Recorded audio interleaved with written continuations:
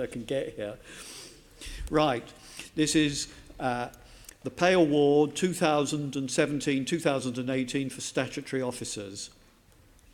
The Chair agreed to admit to the agenda an item of urgent business regarding the pay award for statutory officers, which has been circulated to members under cover of a supplementary agenda.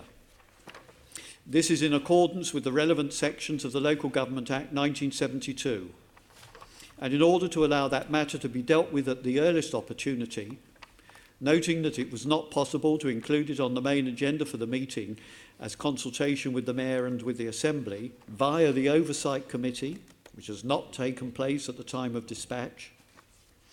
The report also includes a recommendation in relation to noting the application of the local government pay settlement to the pay of the Mayor and Assembly members. Assembly members have previously been granted a dispensation by the monitoring officer in relation to taking decisions as members of the London Assembly on member remuneration until the end of this Assembly term. This means that each member is able to consider and take decisions on this matter. Can I therefore now ask the Assembly to agree the recommendation set out in the report, namely A, noting that it is a joint decision with the Mayor, confirm that the pay award of 1% made to senior GLA staff should also be made to the head of paid service and the Executive Director of Resources as statutory officers, and B, note that in accordance with the Senior Salaries Review Body recommendation made and agreed in 2009, the local government pay settlement of 1% for 2017 to 2018 will be applied to the pay of the Mayor and Assembly members. Would you agree that? Okay. Anything else we can do? Any petitions, Chairman? Yeah, petitions. Well, we go for petitions. Okay, thank you. And the first petition is, thank you. First petition is from Assembly Member O'Connell. Would you please present the petition listed on the agenda in the name of Assembly Member Devenish? Mr. Chair, I'm delighted to stand to present a petition on behalf of Assembly Member Tony Devenish. This petition has been signed by 1,296 people. The petition is against Metropolitan Police Service's plan to amalgamate Westminster with Kensington and Chelsea and Hammersmith and Fulham Police. Thank you. Can I ask the Assembly to agree to forward the petition to the Mayor for a response? Thank you very much. Next petition, Assembly Member Bailey to present the petition listed on the agenda in his name. I'd like to present this petition to call for the North Greenwich and Kidbrooke Village bus route. 321 signatures. We, the undersigned, call on Transport for London to propose a new bus route to operate between North Greenwich and Kidbrooke Village, in order to increase the bus capacity in Blackheath area and reduce the overcrowding on existing routes such as the 132 and the 108 and the 422. Bus routes from North Greenwich to the south of the Royal Borough of Greenwich are already full to capacity at rush hour, with many people having to wait for a second bus at North Greenwich. A new bus route is desperately needed just to cope with the current demand. The Kidbrooke Village development will lead to a huge population increase to the south of Blackheath. Some parts of the development are now already complete, with residents moving in and more homes being proposed. As a result, demand on local public transport, such as the 132 and rail services from Kidbrooke Station, will only increase on these already full services. Cities are built on their transport networks, and it is paramount that Kidbrooke Village has proper bus connections to Woolwich for Crossrail and North Greenwich for the Jubilee line. This is not only to improve the lives of commuters in Kidbrooke Village and to help reduce demand on already under-strained Kidbrooke and Blackheath stations. Thank you. Can I call on the Assembly to agree to forward the petition to the Mayor in his capacity as Chair of Transport for London for a response? Thank you very much. Right. Well, thank you for arriving, Commissioner. You've missed all the boring bits, and hopefully you've been able to catch your breath as far as that's concerned. We now move on to today's principal business, which is a question and answer session with Sadiq Khan, Mayor of London, and Cressida Dick, Commissioner of Police of the Metropolis. Welcome to the meeting. There are 3 lead-off questions, and Assembly members may ask supplementary questions after each question has been answered. Before asking the lead-off question, the Assembly will receive a short opening statement from the Mayor and the Commissioner of up to 5 minutes in total.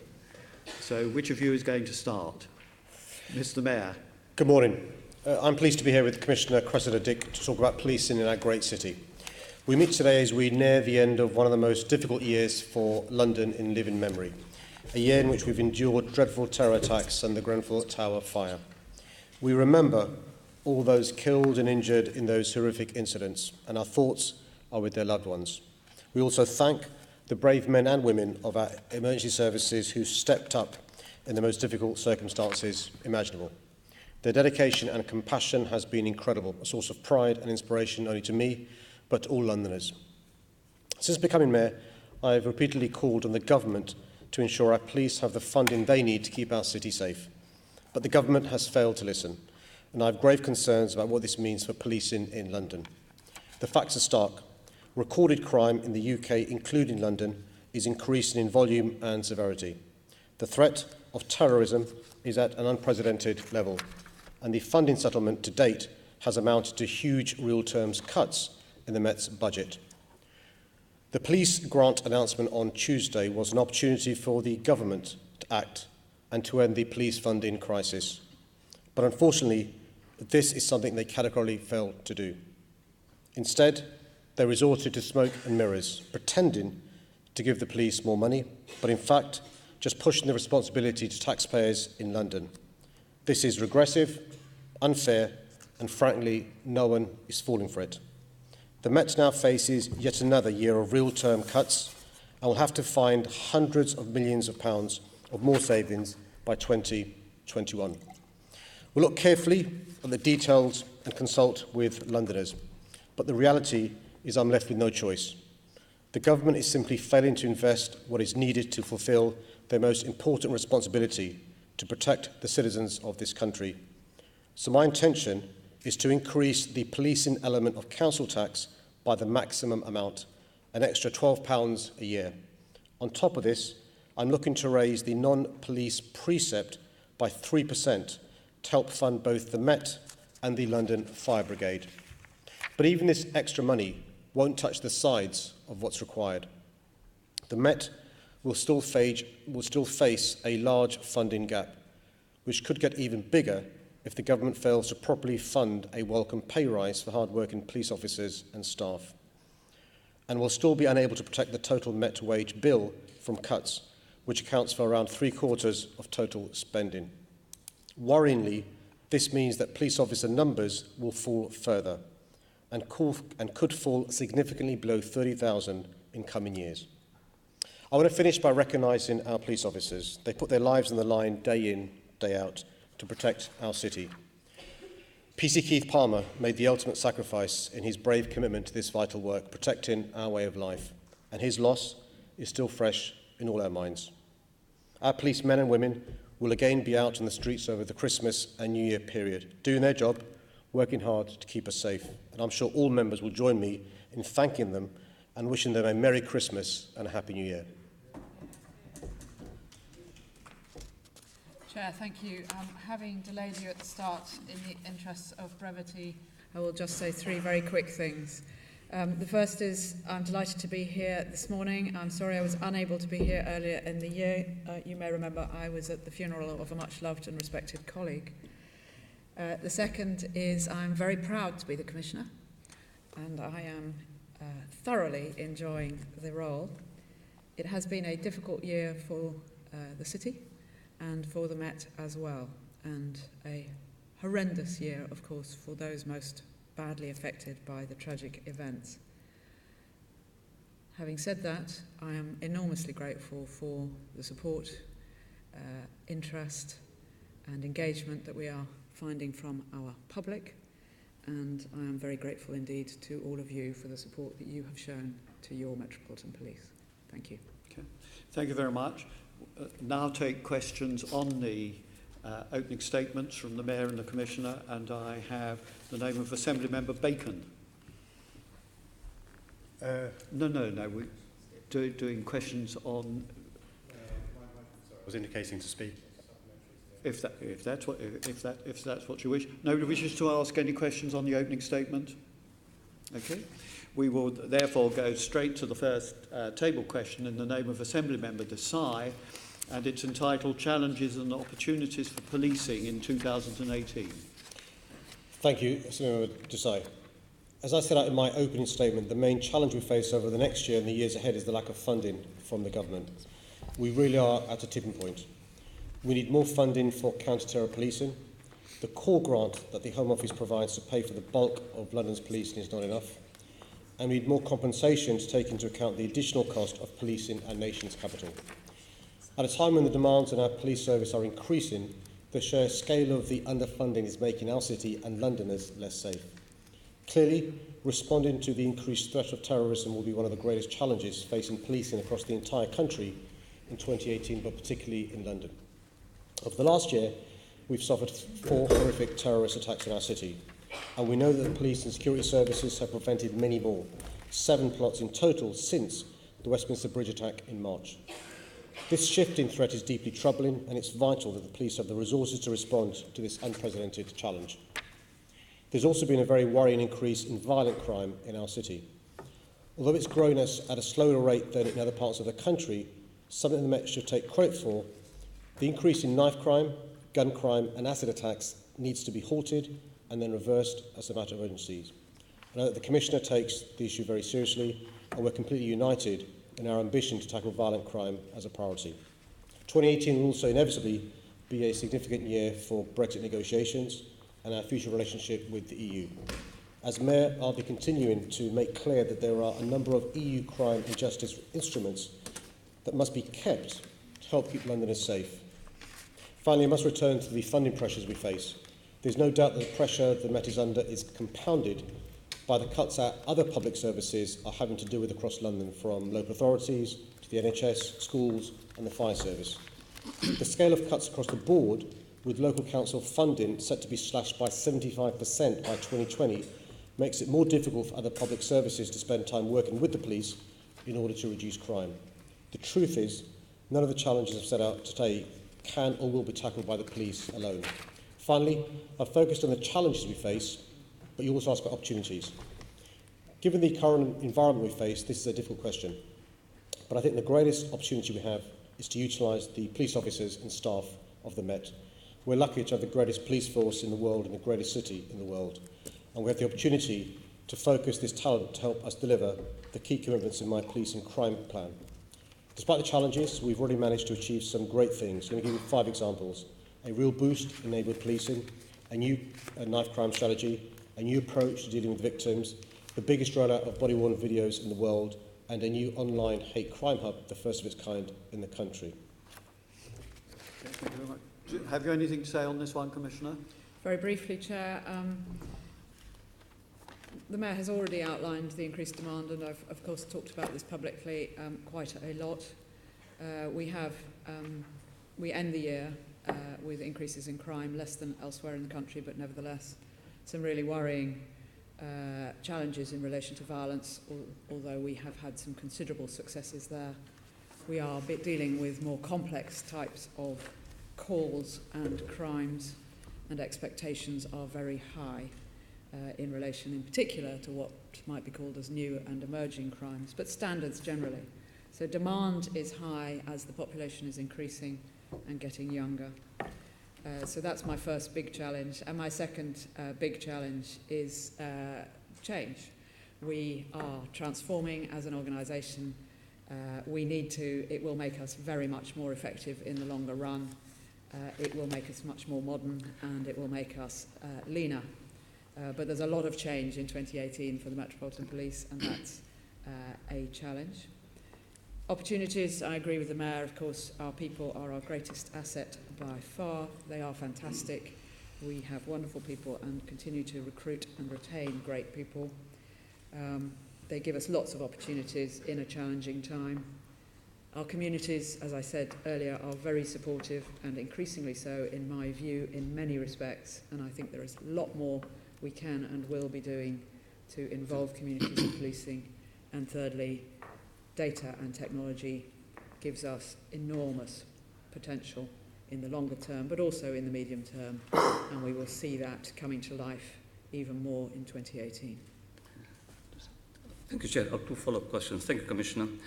You outlined two challenges, and you also talked about some of the opportunities. But can I ask you to be a bit more specific in terms of your first challenge, the volume and complexity of crime? Can you give London a vision of how we are adapting to these changes, both in terms of the volume and complexity of crime?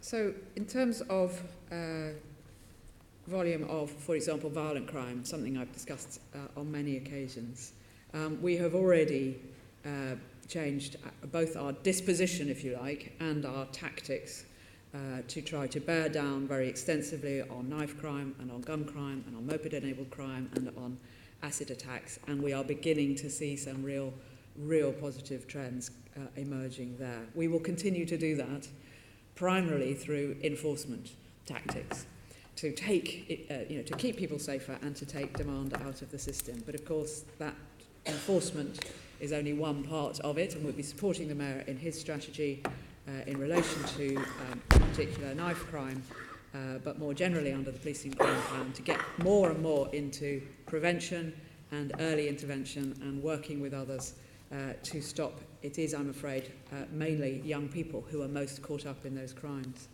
In terms of complexity, this is very challenging. If I take, for example, the ghastly homicides we've had, they are more complex to investigate this year, arguably, than they were even the year before. And we can't cut corners in relation to that. But we are changing the way, in 2018, we will change, as you know, in all likelihood, the way we are structured, where we have our resources, a huge investment in certain types of extra skills. And the police service, in my view, has always been both tactically and strategically capable at working in a changing environment. That's what we will be doing. Okay. Just one more question, Chair. I'm limited for time. So talking about extra skills, let me pick on the issue of cybercrime. Online fraud is now the most common crime offence in the UK. And the Evening Standard article 2 weeks ago reported that Londoners are falling victim to 3,500 cyber attacks a month. So in terms of skills, upskilling of regular officers, what are you doing so that they feel confident in tackling crime with the digital aspect, given the sheer volume of crimes you're talking about? Well, it's very high volume, as you say, and in my view, prevention is always better than enforcement in relation to any crime, but in particular in relation to, for example, online fraud. But we do need to be able to deal with the reports we get and to deal with them effectively. We're working with others in the College of Policing and indeed in the City of London and National Policing to ensure that our officers are upskilled. Of course, the younger ones, I don't want you to be ageist, but look at me. The younger ones coming in tend to find this easier than some of the older ones. This is a massive push for us in the year to come to become a much more digitally literate organisation than we perhaps currently are. However, I would say that the Met's Falcon team, which is a large team, is more ahead on this, I think my colleagues across the country would not mind me saying, than anywhere else in the country. They've been very successful this year. They've had some fantastic results and some really good people. Thank you, Commissioner. Thank you, Chair. Call on Assemblymember Bacon. Can I say, when we have two people before us, please indicate who you would like to answer questions first, please. Assemblymember Bacon. Thank you, Chairman. It's a question for the Commissioner. Commissioner, I believe it's your first appearance in front of the Assembly Plenary. I know you've been in front of PCC, so welcome. One of the challenges for the Metropolitan Police, not just in 2018, but in every year, is maintaining the reputation of the Met. And sadly, there will be a number of people who will attack the Met for a range of reasons, most of which are entirely spurious. However, on some occasions, there is some merit to some of the criticism that the Met faces. And in that light, Commissioner, is it ever acceptable for serving or retired police officers to leak confidential information of investigations that they have been involved in, whether that investigation is closed or not, and whether they are retired or serving police officers or not, to the press. You may have heard me speak publicly on this recently. I have a very strong view that the responsibility that goes with being a police officer or a member of police staff in, for example, the Metropolitan Police, is very clear in relation to people's personal information. Every day, we all come into contact with highly confidential and highly personal information in relation to investigations and indeed other interactions. It is vital that the public trust us to do our absolute best to safeguard that information, and we are required to do so by law. Police officers and police staff can, and on occasion do, find themselves subject to criminal investigation in relation to data leaks of one sort or another, and indeed some people have been convicted in the last couple of years, and some people have received very strong sentences. Other people have been then subject to misconduct proceedings while serving and have been sacked. I know that I speak for the Met when I say we do take that seriously. My colleagues take that seriously. Like any organisation, in 2017, we are covered by whistleblowing legislation, which you'll be familiar with, and it is not beyond the realms of possibility that there could be an occasion where somebody might think that in order to save somebody's life, or arguably to prevent a massive miscarriage of justice, arguably if they found themselves in some kind of scenario where they felt the people they were talking to were not doing the right thing, that they might seek an option out with the police service to get what they think is the greater good. They should absolutely, in my view, exhaust those possibilities within and comply with the law. And I know I speak for my officers when, and I think you may be thinking of a particular case, we are disappointed to see that it appears that former colleagues have put into the public domain via the media, a double underline appears, material that they appear to have had access to as part of a confidential investigation.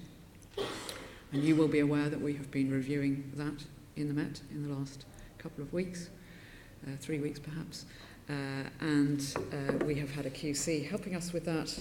And I can say today that in relation to that matter, having received our advice, we have made a referral to the Information Commissioner's Office, as we believe that they are the appropriate people to carry on that investigation into essentially data protection matters.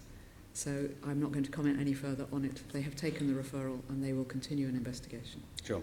I don't want to tempt you into being too precise about a specific case, but you are correct. That is the case that has prompted my interest in this. But you do accept in general terms, notwithstanding what you said about protecting life, that when occasions like this do occur with either serving or retired police officers, that it shakes the public's faith in the Metropolitan Police. I think a hypothetical case most certainly could. It's a very important part of being a profession. The same applies to the medical profession, to the church, to other institutions. So absolutely, it could undermine people's confidence, which is why I have been so strong in my public comments. Yes, thank you, Commissioner. Now, notwithstanding the action that you have taken in the particular case that we are not going to go into too much detail on, are you satisfied that the Metropolitan Police has sufficient procedures and policies in place to prevent further such actions taking place in the future? Broadly speaking, yes, I am. Okay. Are you anticipating making any changes to the actions, to the policies and procedures you have in place going forward after the Information Commissioner reports? It's not impossible, I imagine, that there may be some things that we can tighten up. There will be things we can say more clearly. We're working with the College of Policing and National Police Chiefs Council on this. Thank you very much, Commissioner. Thank you. Assembly Member Dismore. Thank you. Mine's on to the Commission as well and on a reputational issue. Following the collapse of 2 rape trials in as many days due to a failure to disclose evidence supporting the defence, you've launched a review of sex offence current cases. To misquote Oscar Wilde, to lose one case like this may be regarded as a misfortune. To lose both looks like carelessness. Commander Smith has said he doesn't think there's a systemic issue around disclosure failures, but isn't that prejudging the outcome of the review? And is it him who is conducting the review?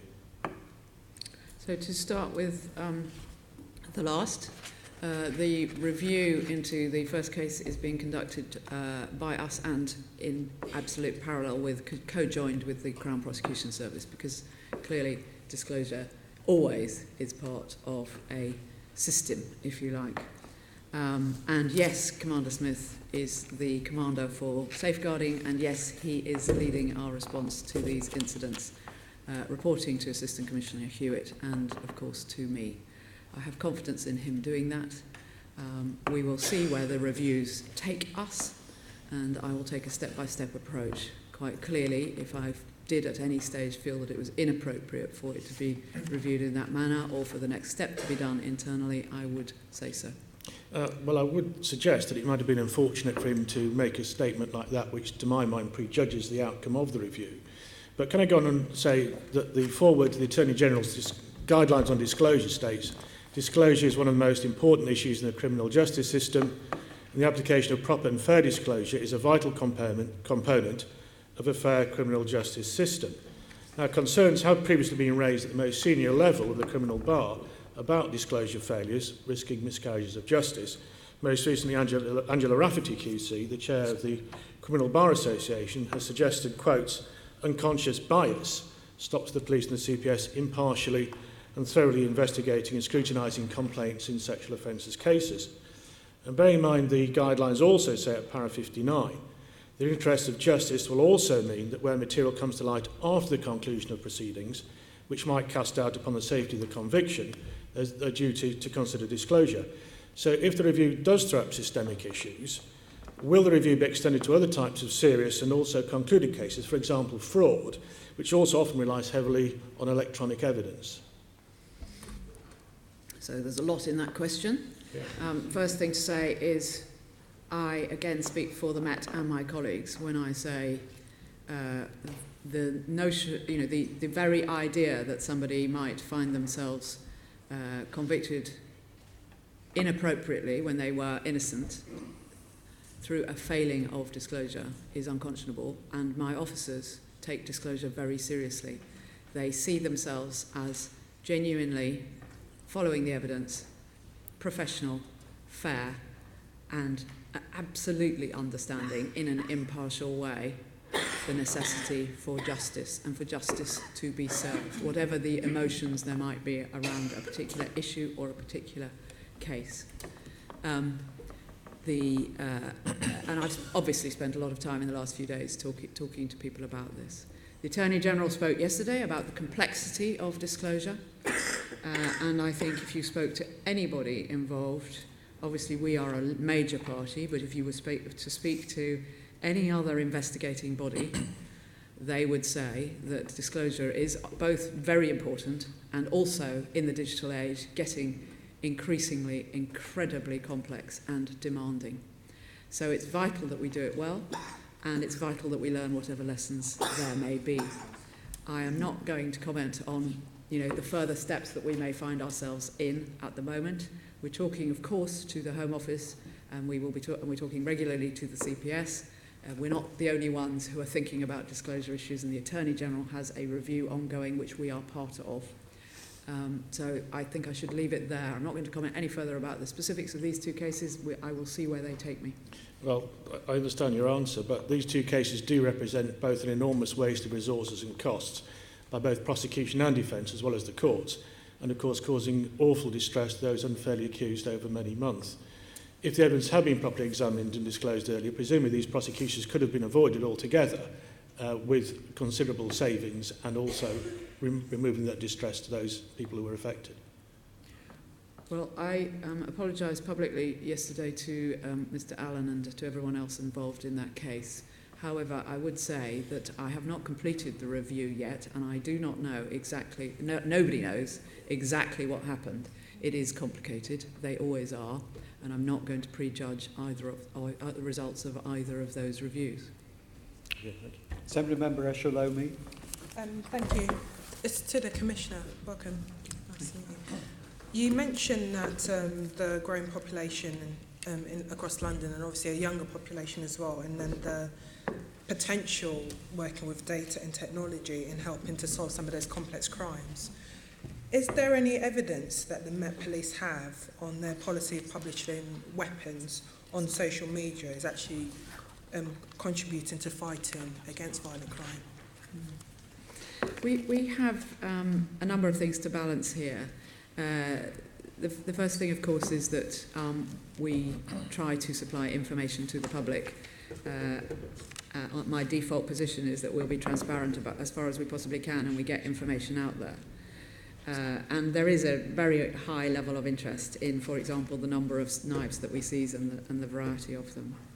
The second thing is, I do think it's important that with an issue that concerns people so very much, that we do actually tell people how we are going about trying to bear down on this pernicious phenomenon. And we need to give people confidence, appropriately, that we are really, really taking this seriously. And we need to be able to, with others, help prevent people thinking that it's a sensible thing to do to take a knife out with you, when actually you're very likely to get yourself very badly hurt, or worse, or kill somebody, or get locked up. And I understand the concern that there is about, if you like, showing an array of knives from some people, and other people think it is a very positive thing to do. So what I have said is, this is something for my local leaders who understand their context and their public and what they are doing locally to decide whether it is going to be very helpful or not. I think it would be an extremely complicated and sort of long-running study, evidentially, to try to prove the benefit or indeed the disbenefit of it. And to you, Mr. Mayor, this is something that my colleague, Assembly Member Sean Berry, has raised with you at Police and Crime Committee. And I think the reality is that there are a number of people who are concerned about some of these images being shown online, and there is a report by Catch 22 showing that actually for some sections of the young people, they see this as a way of glamorising that crime. So to Mr. Mayor, would you actually look at Commissioner Mopac to get some detailed evidence on this in terms of what the Met are doing? Because the reality is there is no fact-based evidence on the sharing of that social media images. Can I say the challenge the Met have is they can't win. On the one hand, they're being asked to show the enforcement action they're taking and the fruits of that enforcement action. On the other hand, they're accused of scaring or glamorising knives and knife crime. And that's why I think the best arbiter of when it's appropriate to publish this on social media is at the Borough Commander level, working under the direction of Martin Hewitt, consulting locally in relation to what goes on social media and what doesn't. There are people glamorising knife violence. It ain't the police. There are others, and we've spoken to social media operators about pulling some stuff off social media. We've had one horrific case this year where there was almost incitement, taunting from one gang to another, which led to an unfortunate incident. And that's actually more troubling to me than the police showing some of the fruits of their hard work. And by the way, I think it's important for all of us to know some of the knives that are out there, not just the zombie knives and some of the other awful knives, but some of the knives young people are carrying. And what we're doing is not working separately from the police, but the knife crime strategy involves the police, schools, parents, faith leaders, influencers, young people and others to try and address this issue. I mean, prevention and education is going to be part and parcel of the fight against knife crime. Thank you. Okay. Assembly Member Sahota. Mr. Mayor, first of all, I join you in thanking the emergency services for the work they do.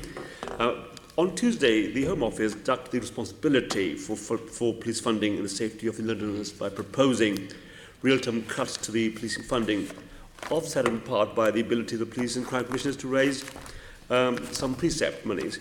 Do you think that as a result of this precept that you put in today, that this will eliminate the gap in the funding needs of the Metropolitan Police? No.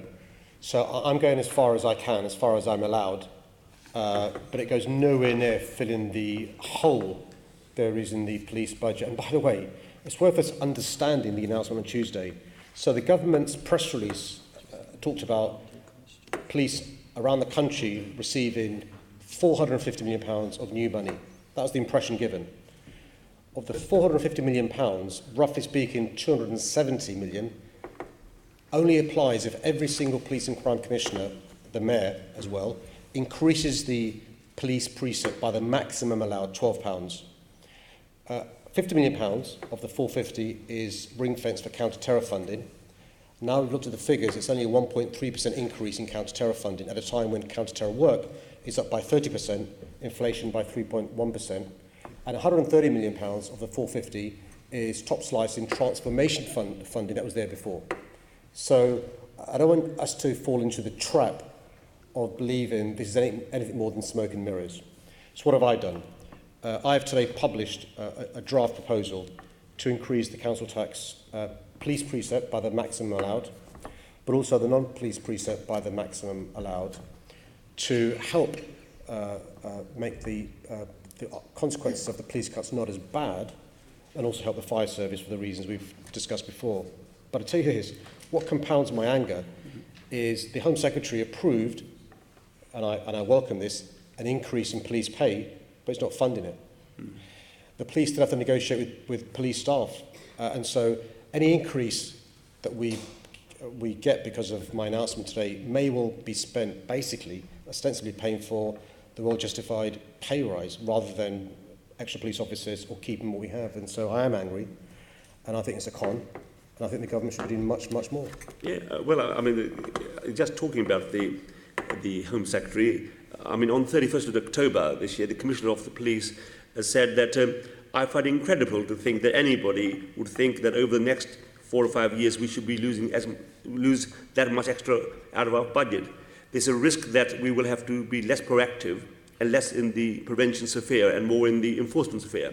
And in response to this, the Home Secretary said, Amber Rudd said, reaching for the pen, that she said that I don't want the police and crime commissioners reaching for the pen to write press releases asking for more money.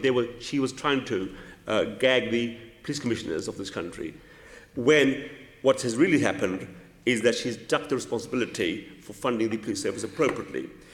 Do you think that the Conservatives take safety of London citizens seriously? Well, I'm worried about the consequences for public safety as a consequence of these cuts. I'll tell you this, though. If the criticism was the police were inefficient, weren't making changes, I think it's fair to say actually they could do with less money. I think they have cut lots of inefficiencies. They can still go further. We've discussed some of the savings they can make. I think there's a huge amount of work to be done around IT. I think the Assembly have been right to be critical in the past about and I know Assemblymember Bacon has been critical about the past, about the transformation change not being as robust as were promised in relation to IT. I think in the last few months, hopefully you've seen some of the progress we've made in relation to the work the Met Police is doing. The Chief Information Officer is making huge progress there. The new CDO is going to work with them. I think the Assembly was right to hold the feet to the fire in relation to that. Police estates, police staff, command units, body-worn tech. I've been thoroughly impressed with the can-do attitude of the Met Police Service. But I tell you this, even with the best one in the world of big transformational change, even reducing every single inefficiency, it simply is not possible to police a city as complex as ours, with the number of visitors we have, with the volume of crime that we have, with the monies we're given by central government. And one of the things I'm trying to make sure people understand is 70% of the monies we receive comes from central government. Roughly speaking, 20% comes from council tax, and the others are from revenue-raising streams applying for grant money and stuff. It's not possible for me to fill the hole. You know, I agree with you, Mr. Mayor, that it's not sustainable to service the police service out of the precepts only. So thank you very much for keeping the pressure on the government and making Londoners realise what the consequences of the Tory party policies are. Thank you. Assemblymember Duval. Thank you very much. Question to the Commissioner first around Operation Dauntless, which is where one aspect of it is a stream of where you're tracking 500 repeat offenders across the Met. Are you in a position to evaluate its success at the moment, or have you got any views on how it's proceeding? We're not at a stage where we can do a full evaluation. What I can say is that we are, as you say, trying to work most sort of fundamentally with the highest risk people as we've identified them. This isn't a new approach, but it's something that we take very, very seriously. We do see also domestic violence, as you know, domestic abuse, as hugely underreported still, but we think that the gap in confidence is decreasing, and hence, as you know, the recorded crime is going up and up and up, and I imagine it will continue so to do in the future. But still, it appears, by the British Crime Survey, for example, that the prevalence in London is not as high as some other parts of the country, it appears. And secondly, we are having, we believe, some really positive effect, both in trying to deal with the highest risk offenders more effectively, and also try to deal with repeat offending, as was repeat victimisation, as was described in the Police and Crime Plan effectively. And it is unwise, I think, for me to speculate where we might go, but I should note that domestic violence homicides are down this year.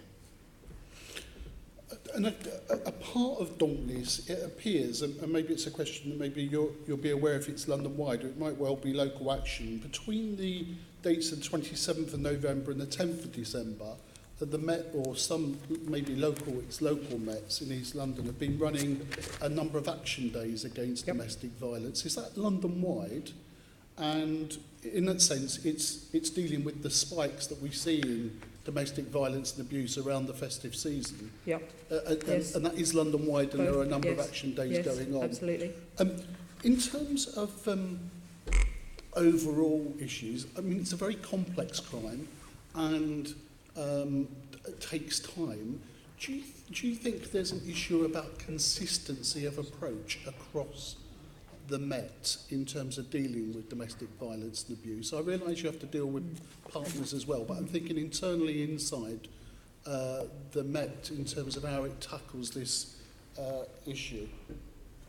Yes, I think there is. It's not the only issue where we have an issue of consistency, as you know, some of which can be explained by different local demographics, dynamics, priorities, but some of which can't. And it's a very high priority for Martin Hewitt and indeed Craig Mackey, my deputy, to reduce the disparities and to make sure that the best is happening everywhere. And I believe that if we move to the BCU model that the Mayor referred to, where we will have larger command units, stronger safeguarding units, and more resilience within that, and I believe, actually, longer term, better partnership working and more influence with partners, I think we will have another way in which we can achieve better consistency. And do we think the inconsistency is about experience or resources allocated at local level in terms of approaching these crimes? What do we think the inconsistency is? I think it is a mixture of factors, I really do. Yeah. But I also would want to say to you that everything that falls broadly under that rather, in my view, unwieldy title of vulnerability or safeguarding, is a high priority for us, and we are determined, to try to reduce those inconsistencies. But there are lots of different reasons for it, I think. Mr. Mayor, if we can turn to you now. You're reviewing your VOG strategy early in the new year. Clearly it's wider than just the policing aspect MOPAC is looking at. What other themes do you think we would be looking at, in particularly about what's going to be different and what you're going to be asking of the Met and potentially other partners in terms of how they look at this work? Well, firstly, there's been a huge amount of engagement with Londoners, community groups, women's groups during the consultation phase by Sophie Linden and by Claire Waxman to make sure we're speaking to people who understand what's going on rather than a top-down approach from the police. Secondly, the Police and Crime Plan, you'll be aware now, has as one of its priorities women and girls and vulnerability is a big factor. And all the BCUs has that as one of its issues. One of the things you'll see, I'm hoping, is greater confidence amongst Londoners to report these sorts of crimes. I mean, the Commissioner's prediction, if you like, of reported crime going up in this area is based upon the evidence we've received from Londoners that they now have more confidence reporting crimes. The other thing is there is a massive spectrum in relation to vulnerability. It's all domestic abuse, they're all criminal offences, but we're talking about different physical responses to the attack, whether it's domestic abuse, domestic violence, other forms of violence. The Commissioner referred to homicide as the most extreme. Hoping to publish early next year, and hopefully you'll see Londoners, particularly the community groups, welcoming this rather than coming out and criticising the response, and so it bodes well. I can say one other thing, a practical difference. It's a simple thing, but the body-worn video in relation to these sorts of offences has a massive difference. You'll be aware, Len, from your expertise in this area, of the number of victims who, for reasons we understand, don't go forward giving evidence at a trial, and it's been possible now to prosecute without the victim coming forward. Well, the body-worn video now has a real-time recording of police officers going to scene at often the first response. And I genuinely think that will lead to more prosecutions and more success in this area. Thank you. Assembly Member Curtin. Good morning, and I want to address this to the Commissioner if I could. And following on from Assembly Member Dismore's question earlier about the couple of cases that have happened this week where we've had innocent men being put through the court system because of the withholding of evidence. It's come to my attention that the same person was in charge of both cases. Is it correct that Detective Constable Mark Azariah was the person who was in charge of both cases? This is in the press. I don't know if you can answer that or not. Is that question allowed, Chair? I see some dissent to the question. I don't know who is dissenting. I'm not sure. I hear some tutting. I don't. Is that allowed or not, Chair? I've no reason to disallow it. Okay, thank you. If I may, the reason why I tutted, I just thought it was inappropriate to talk about an individual in terms of this meeting and ask the Commissioner to comment on it. We don't know whether there's going to be any other action arising from it. That's why I tutted, Chair. I just think it's just inappropriate to name an individual in terms of the processes that we're involved in. It may be inappropriate, but it's not out of order for you to ask a question. Okay, thank you. It is in the press, so that's why I was asking.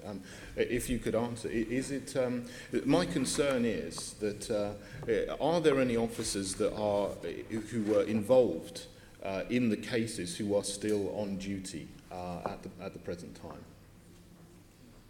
time? Yes, there are. There are a number of, in any case of serious sexual offence investigation going as far as a court process, whatever the circumstances, there will be a number of different officers involved. Okay. There will be a number of people at the Crown Prosecution Service, and there may indeed be more than one counsel involved. So there are a whole set of different people involved in any case from the moment of first call through to the court process.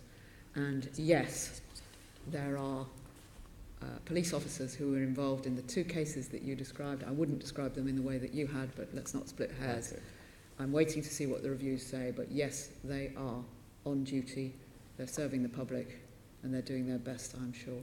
Are you keeping a much closer scrutiny on those people who have been involved in these cases to make sure there isn't anything, any further breaches of the disclosure process?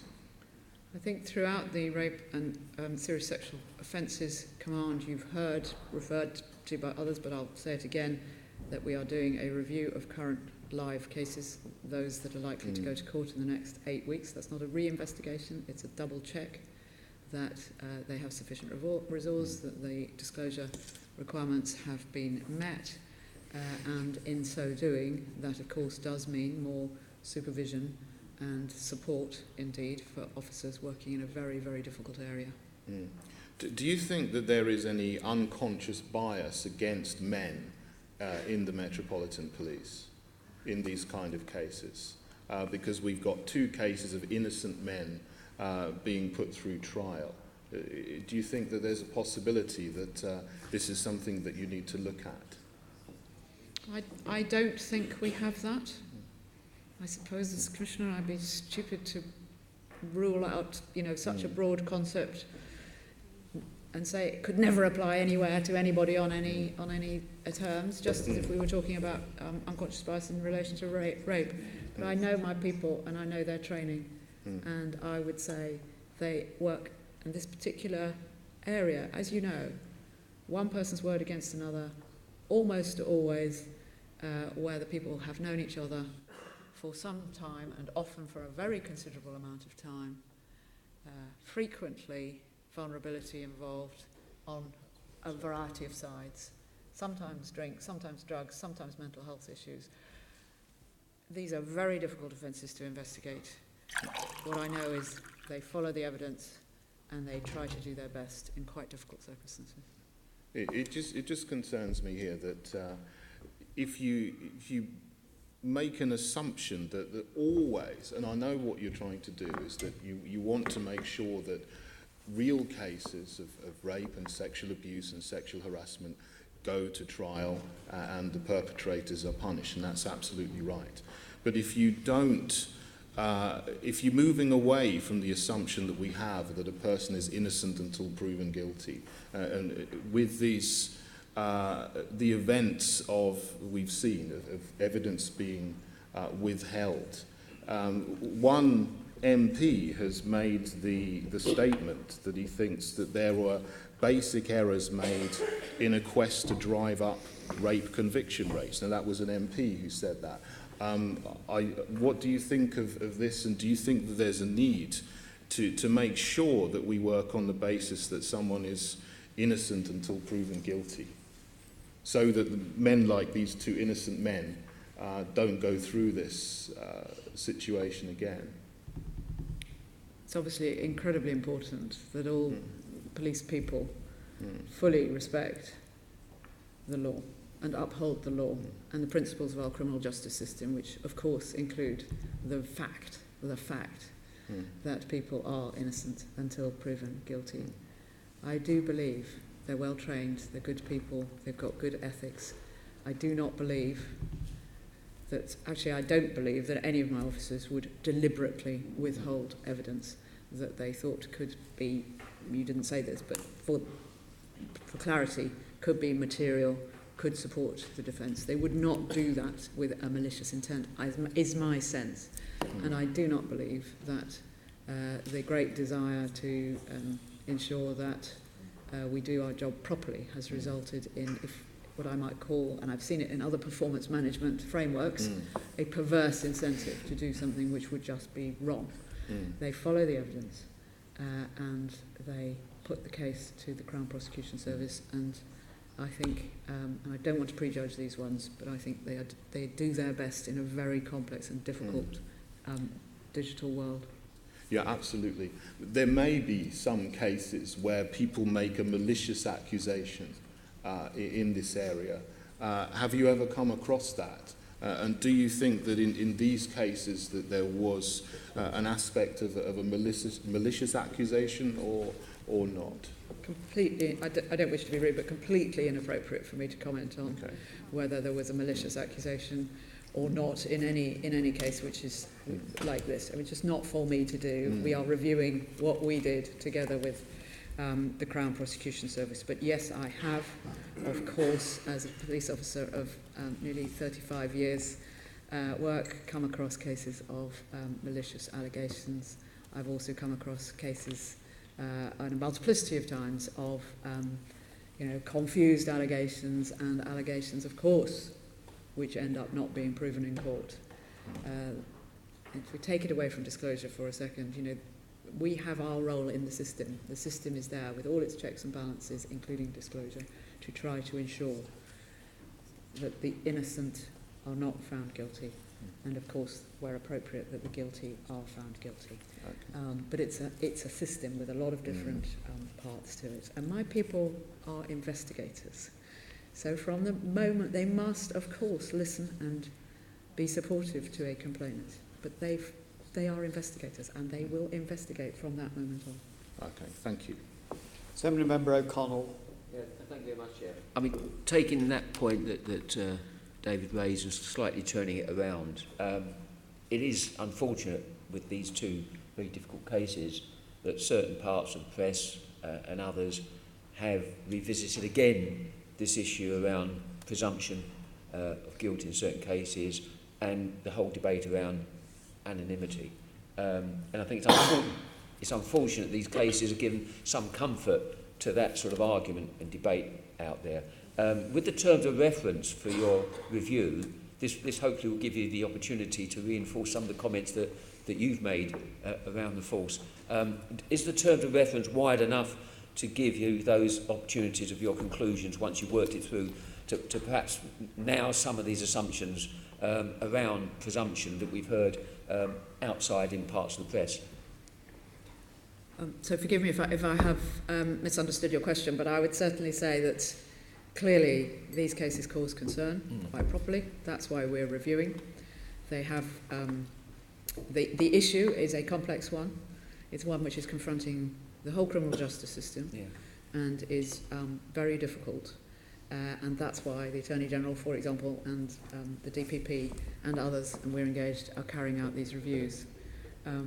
If the various reviews allow us the opportunity to, on the one hand, get to a place in the longer term where disclosure is actually more, how can I put it, it's sort of easier, for want of a better word, for people to do well and effectively, that would be good. And secondly, of course, any bad event gives a leader an opportunity to reinforce the principles and values and processes by which we do our work. Yeah, I think that's important. Can I just turn to a second question to them on a different subject? In a response earlier, you talked about significant levels of engagement, particularly around the VAWG, and I'm just picking up your announcement last year in your public access strategy that you will be publishing an engagement strategy next year, which is week after next onwards. Will you be publishing an engagement strategy for London in 2018, Mayor? We hope to do some work around public engagement, yeah. Okay. I mean, the facts are, although the Met have increased their confidence and satisfaction levels to a degree, and much of the difficulties and work that you're both encountering in London is important to take Londoners with you and with us, those levels aren't where they should be. The previous Mayor had that challenge himself. He rather optimistically set himself a 20% increase, which was setting himself up to fall, and didn't make that target, though he made other targets. So will you be, therefore, Mayor, just to understand your answer, publishing a full engagement strategy in the course of 2018? Yeah, that's the intention. Okay, thank you for that. Assembly Member Desai. I've got a question of you, Commissioner. I did have a set of questions on the performance of 101 and 99 calls, but because of time constraints, I'll write to you instead. But can I ask you very specifically about your views of Section 92 officers who play, in my view, an important role in helping to tackle ASP? I must say, I'm a great fan of the Section 92 scheme, and certainly in my part of London, all the boroughs are fully supportive of this scheme continuing.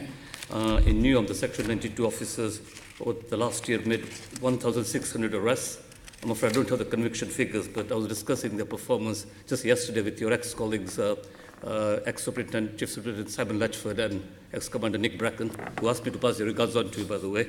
But these officers that Newham employ have been particularly useful in terms of enforcement work.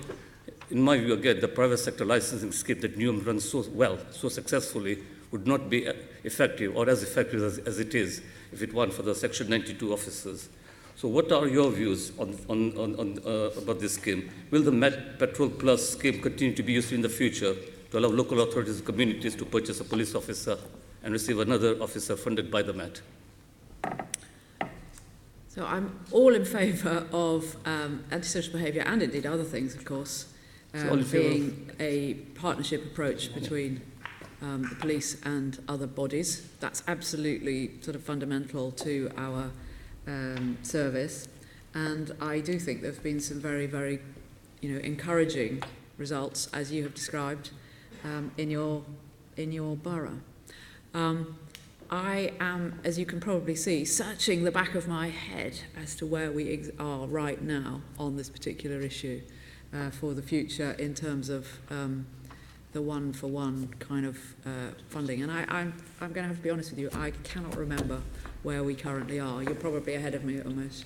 But the principle of full partnership and on occasion properly led, properly accountable enforcement being done by other organisations alongside and together with the police service is great. And the principle within the law of us being able to supplement policing in particular areas supported by payments from, for example, local authorities is something else I think has been successful and I am in favour of. But there are obviously some limits to that. I'm not going to go any further. Okay, thank you. I'll leave it at that. Thank you, Chair.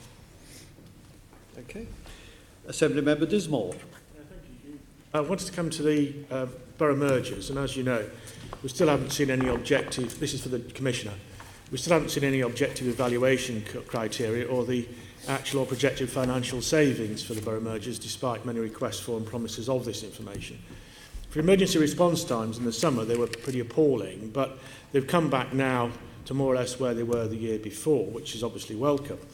But we have had worrying accounts that response time improvements in the Pathfinders is due to the temporary restructuring or redeployment of dedicated ward officers and schools officers into response teams. Is it the case that such temporary movements have taken place? And if so, is that sustainable? Because obviously the concern is that this is trying somehow to game the system to show the mergers have been effective. And looking at the evaluations, will they be conducted to look at the performance throughout the whole of the pilot period, or effectively just a snapshot at the end? So we absolutely were not, to quote you, gaming the system. We were trying to ensure that as we went through pathfinders, which are by definition finding paths like pilots, where you actually don't know exactly what is going to happen, when things are not going well, you have an overwhelming duty to support the public to ensure that things are fixed. So for a period, you're absolutely right, we had to supplement the response teams in that way.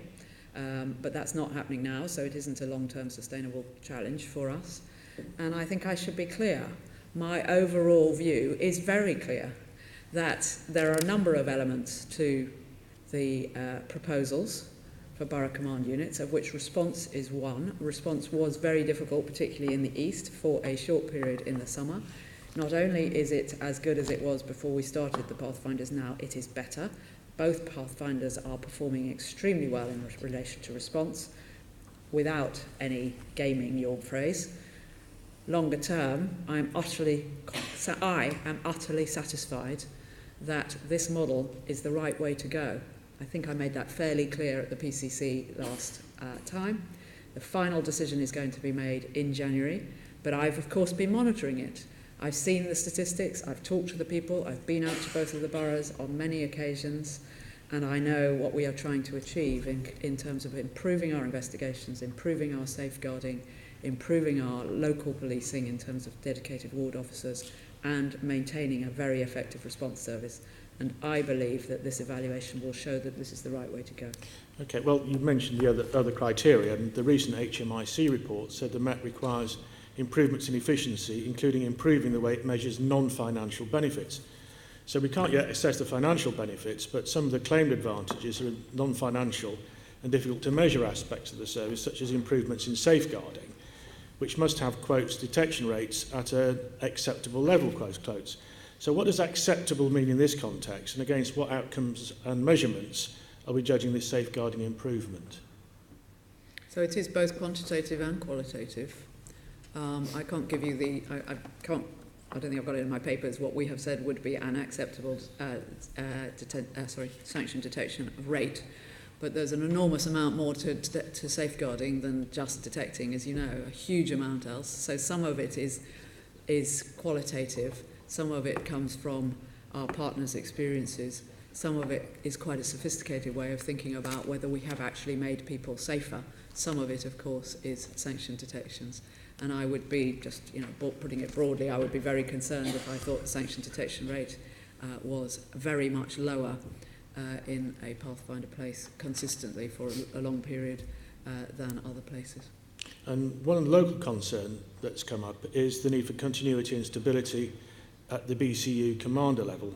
And as the Camden and Islington commander has now moved on to greater and better things, will this be addressed in the future, not just in relation to that particular BCU, but more generally to ensure that there is continuity for the people who put in those important positions? I'm really determined that we try to create a sort of a level at that level in the organisation, which is essentially chief superintendent and superintendent, that we have the best people with the best teams for those roles with the right skills in each of the posts, and that those people are maintained in a consistent way for a long period of time. Now, things happen. This has not always been the greatest strength area of the Met, and it's particularly difficult right now because of some demographics within policing, which I won't bore you with, but I am determined to try to keep consistency, and I'm determined to try to make sure that we've got the right people with the right skills and the right support in the right places.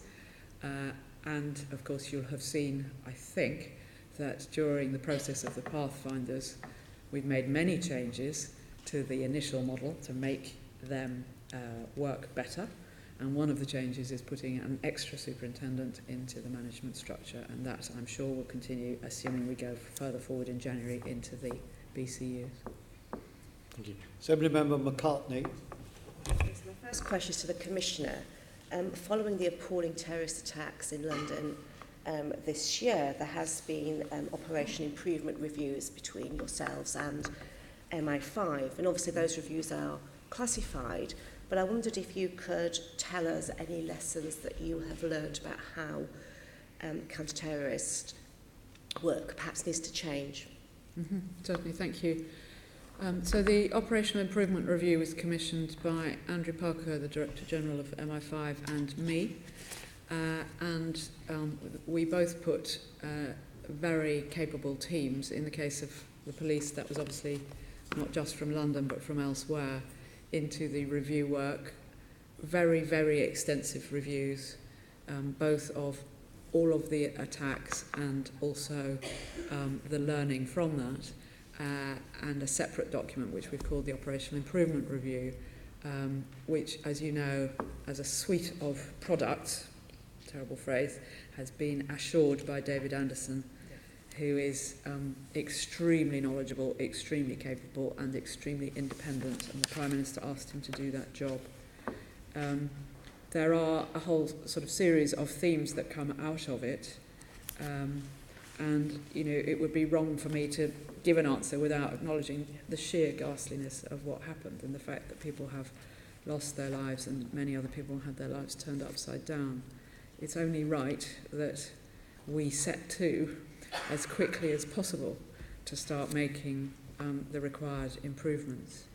What I don't think they have said, and what I don't think anybody has been saying, is that the fundamental model, the fundamental strategies, the fundamental ways of working, for example, between the police and the security services are not right, and indeed international colleagues continue to beat at our door all the time because they think we've got a very good model. But there's absolutely improvements to be made, firstly, particularly in relation to our collective use of data and how through data we manage a relatively high volume of information and indeed people who cause us concern and understand the risk they pose and then apply our collective efforts against those that pose most risk. The second area of work, which is in relation to what is currently called domestic extremism, and in my view, perfectly proper view that the type of service, if you like, that currently what is termed international terrorism gets, counter-international terrorism gets from the JTAC, the Joint Terrorism Analysis Centre, something very similar should be applied to domestic extremism. Not to say there hasn't been efforts by many parties on that in the past, but this will be a step up. And then the third area, of course, is what we will do to work more effectively across all agencies locally within our communities, something that we'll be working very closely with MOPAC and indeed the Mayor on.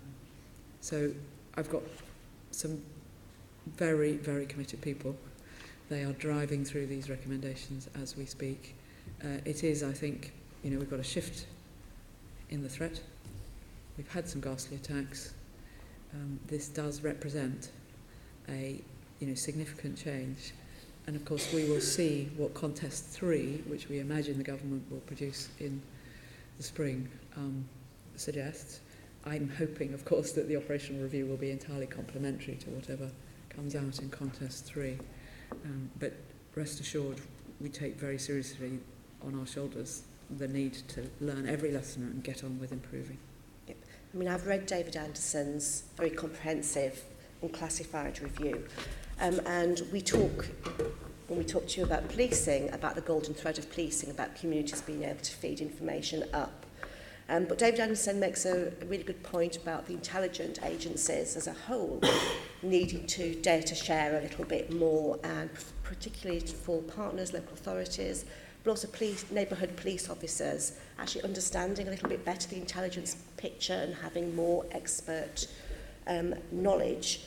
And so my question really, firstly to the Commissioner and then to the Mayor, is how do you propose to make sure that partners and officers on the front line do have that knowledge, and perhaps I can ask you yourself and then to the Mayor as well. Well, I've been involved in counter-terrorism work on and off fairly consistently since 2001, and I have always been a very firm believer that neighbourhood policing is a very important part of countering terrorism, and local neighbourhood work is a very important part. Whether you are talking about having a conduit for information or intelligence, whether you're talking about being able to facilitate the work of counter-terrorist officers if they wish to carry out inquiries or even do armed raids, we're talking about building confidence in local communities in their public authorities. The local work is absolutely fundamental. And of course what we have seen in relation to the attacks and in the public domain is that many of the people in the attacks that have been devastating, and the now I believe 10 others that have been disrupted in the last several months, the threat is, yes, some of it from overseas, some of it comes from online, but a lot of it is very local. So I'm completely committed to the notion that we need to work really closely with and even better in our communities.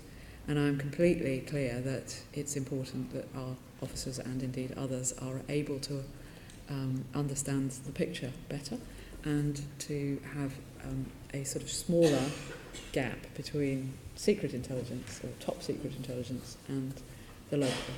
It's not without its challenges, and we won't get there overnight. We need to be very careful about some of it, of course, because secret intelligence is generally secret because if it is broken out into the public domain, somebody's life might be put at risk. And also because the whole notion of sort of intelligence agencies working on the ground is one that can frighten people. Not that that is actually the proposal, but so it's going to be difficult. It's going to be resource intensive. I think it's very important that we do narrow that gap and that we give support, training, advice and potentially resources to local areas. Yeah, just to add a couple of things. Firstly, I fully support and commend the fact that our Commissioner and the head of MI5 work so closely together. It's really important and a strength that happens. But secondly, it underscores why neighbourhood policing is so important. Because this is about relationships. This is about Londoners having a relationship with the police that gives them confidence to report things which may be nothing, but could be really important and stuff. And that's why I think the foundations of our policing should be neighbourhood policing, and we should be proud by the end of this year, every ward in London will have at a minimum 2 dedicated ward officers and 1 community support officer, which I think will make us in a better position to address the issues that David Anderson and others alluded to. Thank you. Thank you very much. Assembly Member Dismore. Sorry, Commissioner, it's me again. And I wanted to ask you about moped crime. Camden's seen the highest number of moped crimes this year, up until September, 4,000, and Islington 3,500, which makes nearly half of almost all the 18,000 in London, which is hardly a good advert for the BCU merger. But we've now seen the moped criminals not just snatching phones off the street, but also storming coffee shops to steal laptops from innocent customers who think they may be in a safe place. The thieves are becoming more inventive, more brazen, more aggressive, more violent and more frightening.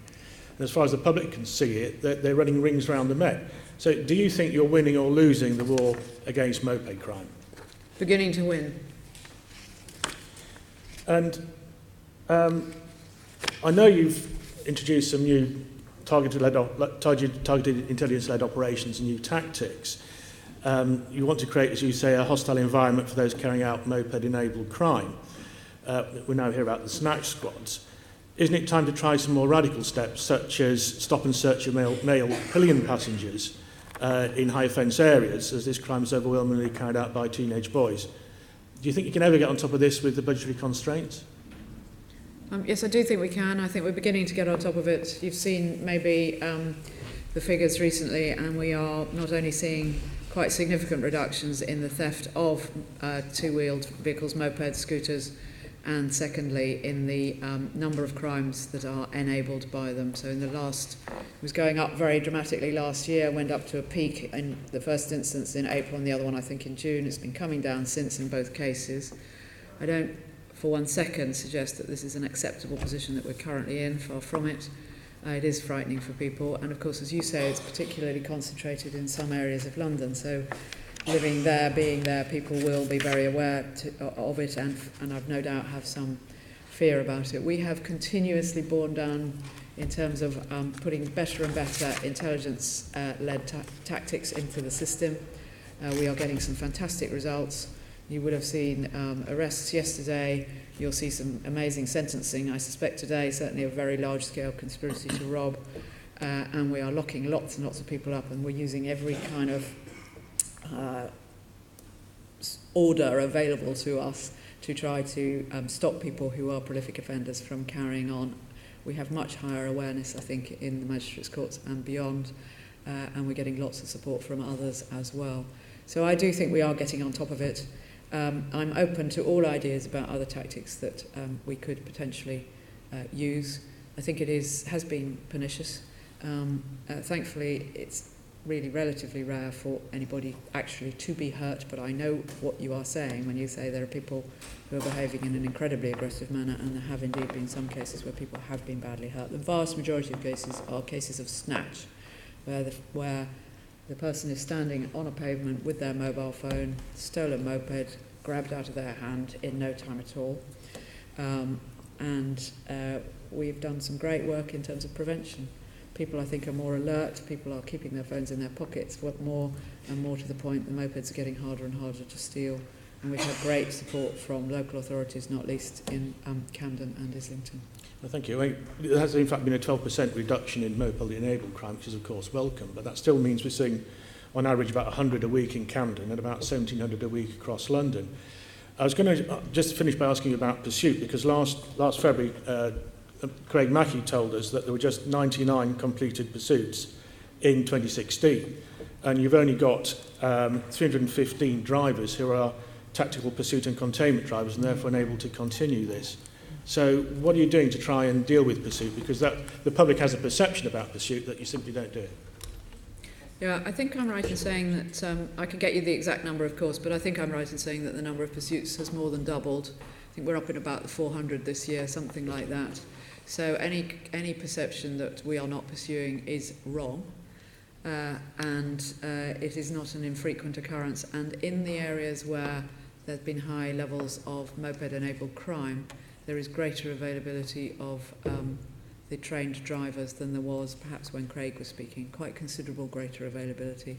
So we do pursue, but as you know, we're also carrying out a whole series of other tactics.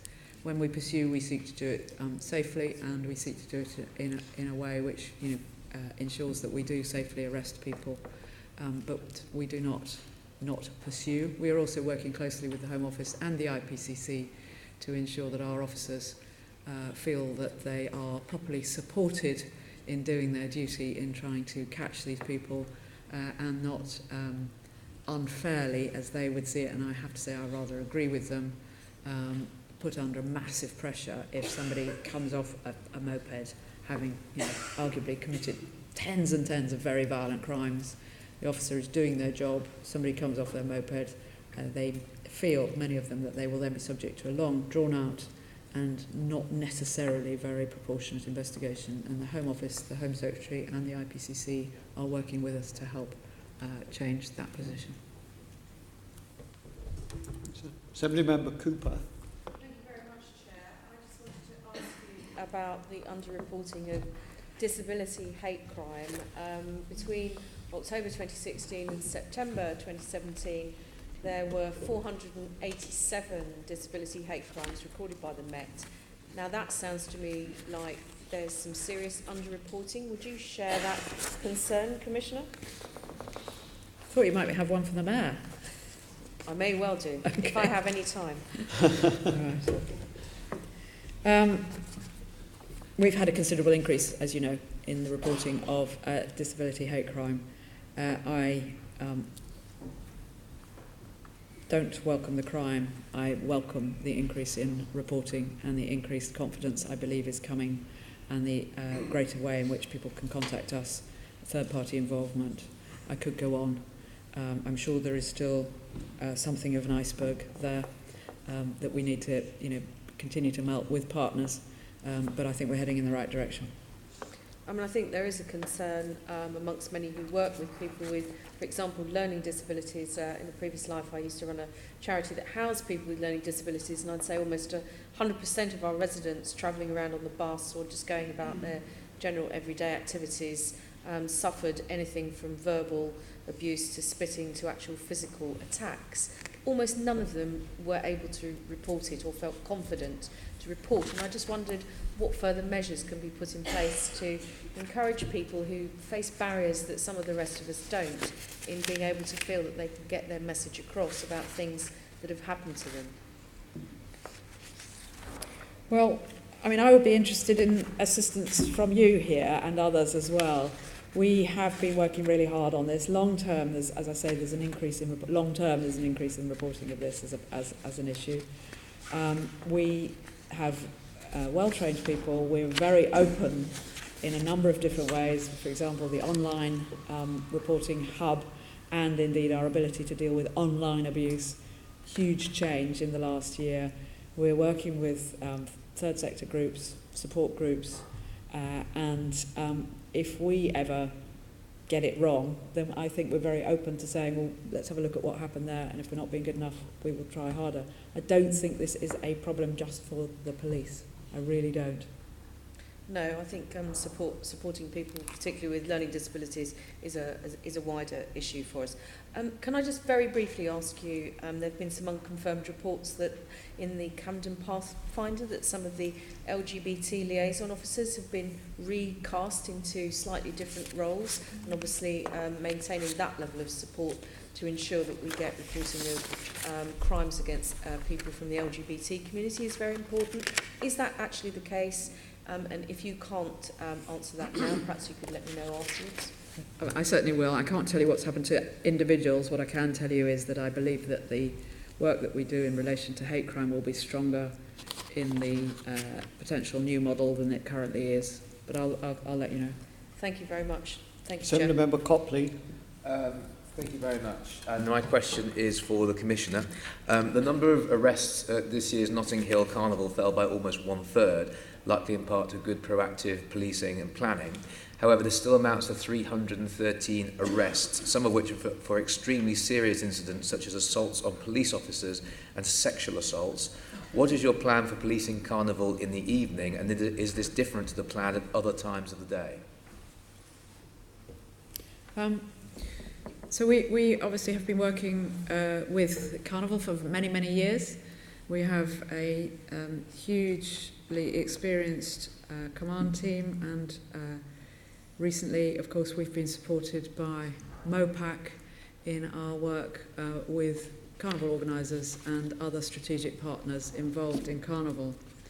I was pleased this year that despite the challenges that we had in relation to terrorism, despite the fact that this was so soon after the terrible events at Grenfell, and despite high levels of concern around violent crime generally, that this year's carnival was kept largely safe, certainly from, for example, terrorist attack. Not that I'm saying there was any specific threat there, but it was very important that we did that very well, and indeed that we were able to reduce the number of offences of the sort that you are describing. You'll remember that the previous year had some very significant, ghastly crimes, not least very serious attacks on police. So it was better in relation to crime this year. I still have some concerns going forward about the ability of the organisers to discharge their responsibilities in relation to safety, and we will be working closely with them as we go forward, and indeed with the MOPAC. The Carnival, you'd be very welcome to come and look this year. I'd be delighted to welcome you there. But the Carnival policing plan is very carefully worked out to ensure that we have the right resources in the right places, depending on how Carnival is being organised that year, and at the right times of the day. So Monday evening, to put it crudely, has always been the time of the highest density of police officers, and in certain places.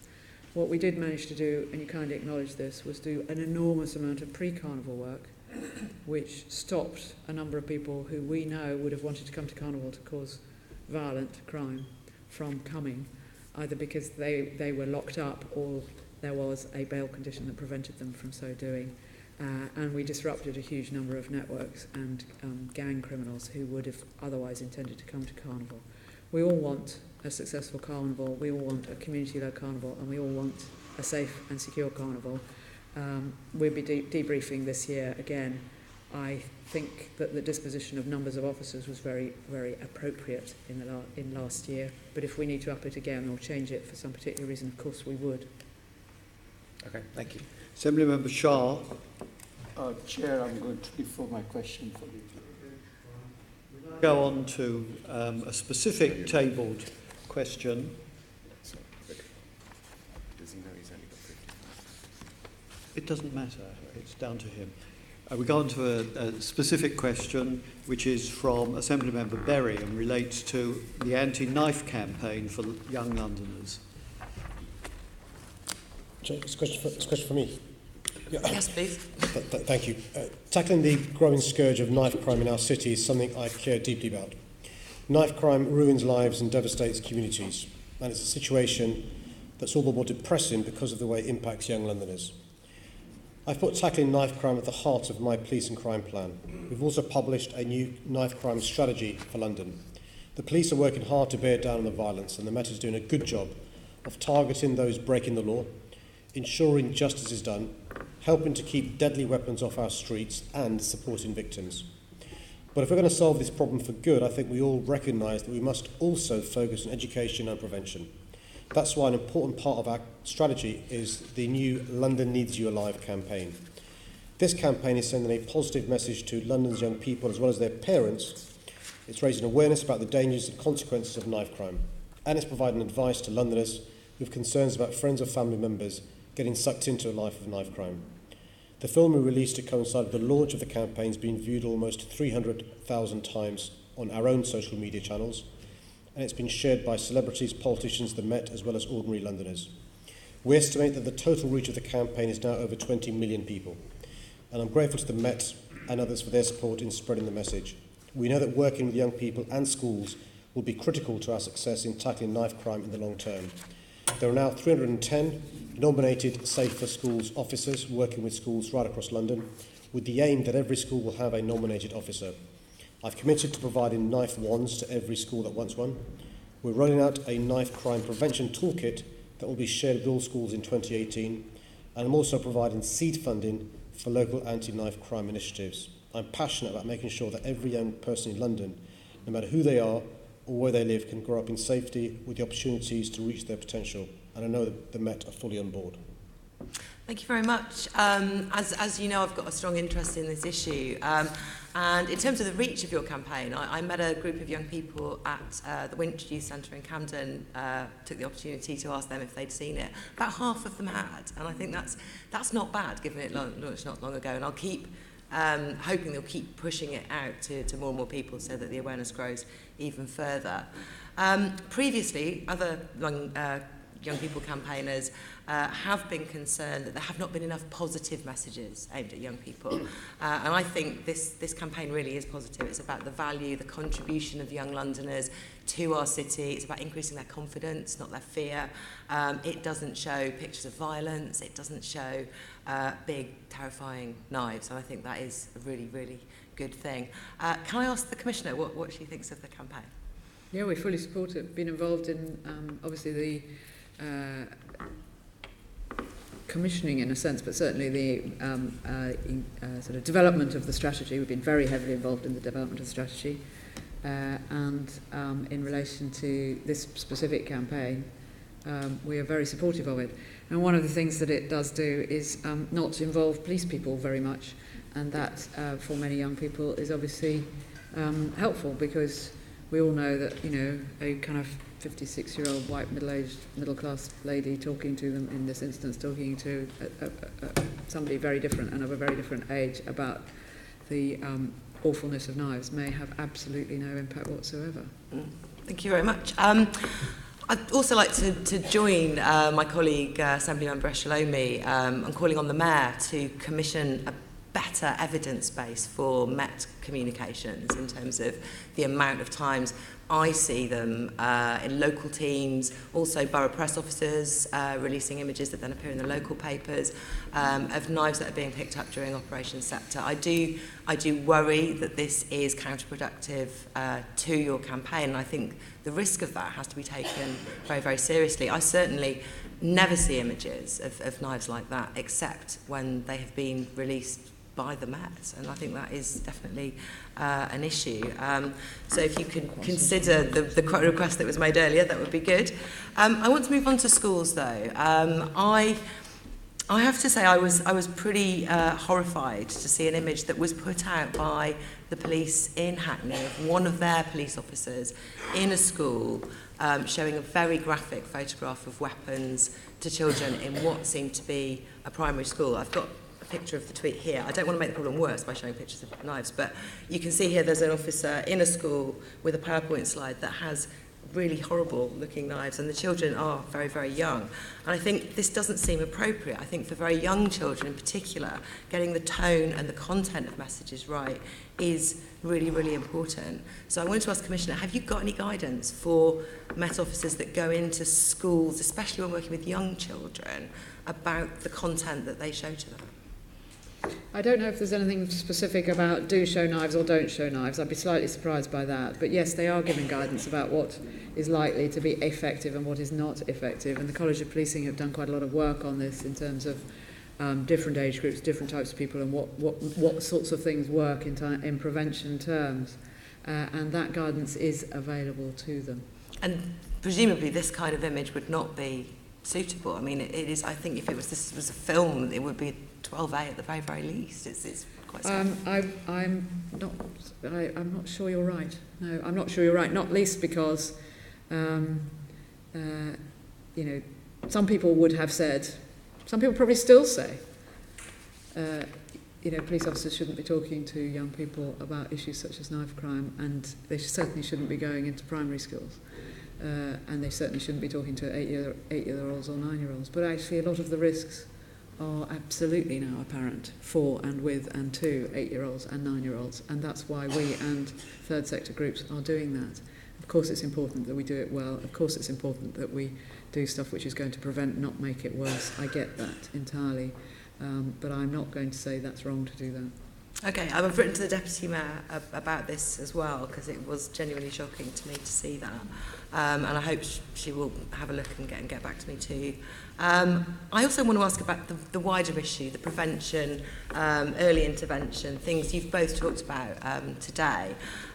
In my response to the Mayor's Police and Crime Plan, I mentioned that serious youth violence should be treated more like a public health issue. And I know that campaigners, youth workers, medical professionals, they all have this view that youth violence should be treated more like a public health problem. This is going to be debated in Parliament as well soon. So I wanted to ask, are both the Met and MOPAC engaged in these discussions about public health and knife crime? Yes, I think we are. I mean, the public health approach is well evidenced in Scotland, for example. Very different communities, very different dynamics, very different issues around violence and indeed youth violence. But nevertheless, massive reductions in violent crime through a primarily health lens.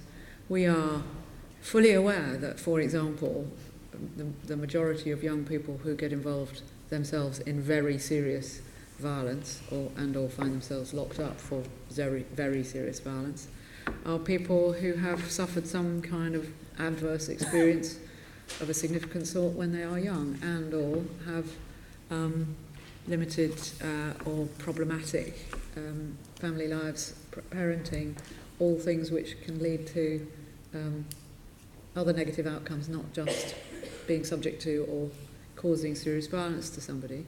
And we're all committed to the notion that prevention is better than enforcement, which is, after all, the public health approach. I've previously suggested also that communities who've suffered a crime need more support in the aftermath. Is that something you're looking at, Mr. Mayor? So we've invested more in victim support. It's really important. When there's an individual victim of crime, the trauma is felt by the entire community. You've met bereaved families and communities who are affected by this. And we do lots of work in this. The Met have now asked Neville Lawrence to chair a committee looking in some of the work, helping victims and working with young people. And we're doing a lot more of that. We're investing, and it is an investment, £7 million in relation to this area of knife crime, targeting prevention and education for the reasons you know.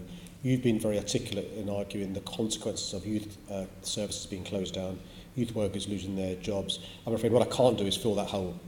I can't fund, I'm afraid, with the monies I've got, youth services and youth workers, as much as we'd like to do. The hole grows every year as well. Well, exactly. What we can do is provide sequel money where we are, provide diversion money, provide youth workers in A&Es where there's that teachable moment where you can turn somebody around, provide positive role models, and we're doing that piece of work. And a lot of it comes from the discussions we've had, and we have with the Met as well. And what's great about the work the Met is doing is not being obsessed by arrest rates. They are arresting people carrying knives where they're carrying knives. They are stopping and searching using intelligence.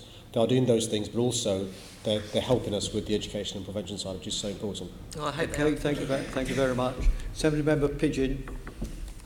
To the Mayor, your police and crime plan states that you will extend support for youth workers in A&E departments disproportionately impacted by knife crime injuries. So when will youth workers be rolled out, and to how many A&Es? So we're continuing to fund the major trauma centres, which you know about, like Red Thread. Mm-hmm. What we're doing is we're extending the programme to those other key A&E departments, not the major trauma centres, in those boroughs which have high levels of knife crime. And I'm happy to write just to let you know where we've started, where we intend to go during the course of the year.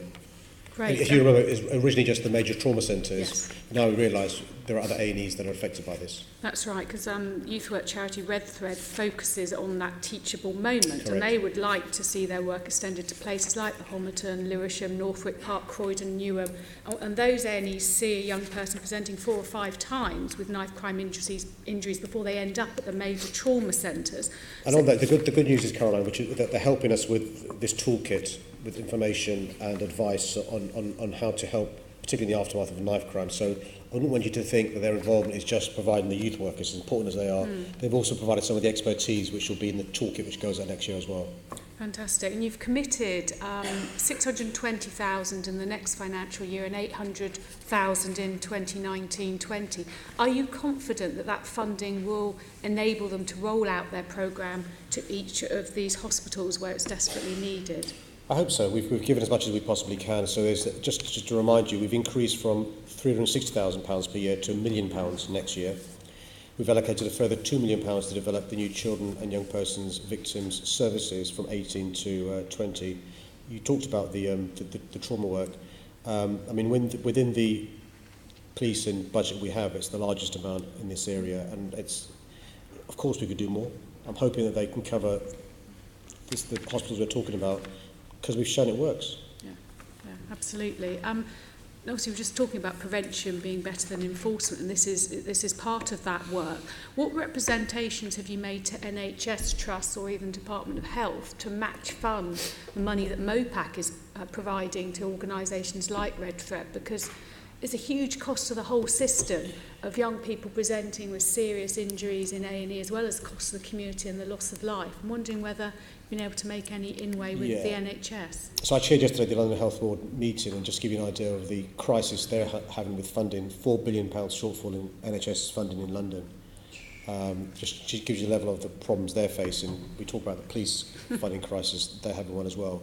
One of the things we talked about yesterday, which I know you'll be interested in, is whether the NHS, working with us, can provide in schools some counselling assistance. You'll be aware of the overlap between young people with mental health issues and Sean used the phrase public health in relation to youth crime as well. So there's an overlap here. And so we're hoping that we can leverage in some money from the NHS in relation to the counselling work. Mm-hmm. And you're right, it's actually, I hate using this phrase, but it's actually a loss leader. If you invest now, you save money down the road. And so those are conversations we're having. But I'm not going to pretend it's not tough for the NHS family as well.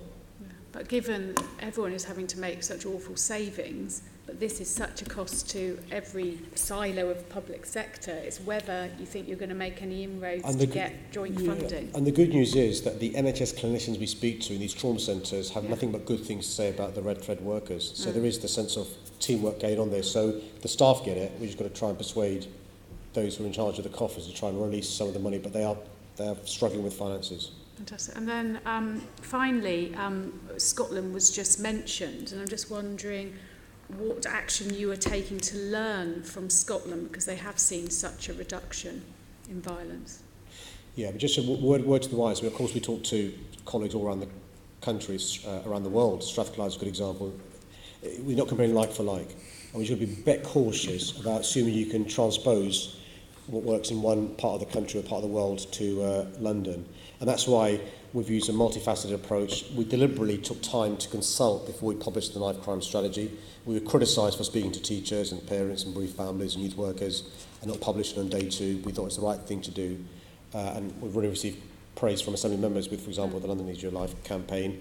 And so we'll carry on learning, but I don't think any of us should assume that by transposing what works in another part of the country it'll lead to success. It's very different.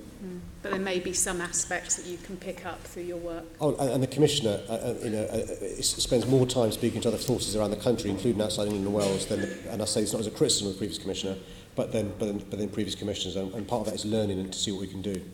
Okay, thank you very much. Assembly Member O'Connell. Thank you very much. You talked about confidence within the communities and touched upon that earlier, and a question for the Commissioner. I was with the Borough Command in Croydon a few weeks ago. We had a public meeting in Norbury where they lost a young man through knife crime some weeks before, and very well attended it was too. What are you asking your Borough Commanders to do regarding building trust with communities and perhaps disaffected youth in those boroughs? So we have our dedicated ward officers, we also have our schools officers, as you know, and we are eager that through those we have more positive interactions between local police and young people, particularly as they're sort of early interactions, that they will meet a police officer, they'll see a police officer, they'll know a police officer, and recognise a police officer as somebody who is there to support and protect them, rather than potentially the first police officer they meet is somebody who is there to deal with a very serious crime or ends up doing stop and search, for example. So that's one thing we're trying to do. The second thing is we're trying to reach out to our communities through a variety of different methods, particularly but not only social media, and you'll be seeing, the neighbourhood teams and others doing ever increasing and ever more imaginative ways of talking with local people about what we're doing, who we are, what we stand for, what they should expect from us, results we've got, and so forth. Thirdly, of course, we have an ever-increasingly diverse workforce, and we are trying to make the most of the skills and sort of personal characteristics of the people who are coming into the Met, who are very much more diverse than my generation, to ensure that they help give confidence. And I suppose I would say overall, as Commissioner, I have said to my people that increasing trust and confidence, particularly in those communities or parts of those communities that have lower confidence, is a very high priority, notwithstanding the comments before about what's gone before. It is a very high priority for us. And that, of course, means that we have to be out there, we have to be on the streets, we have to be competent, we have to keep people as safe as we possibly can, and we have to listen to any ideas or criticisms that people may have of us. I think you'll find that there is an enormous appetite out there for Londoners and families. And a meeting I went to the other week in North Croydon, 80% was, I think, mums probably, who are really worried about their young people.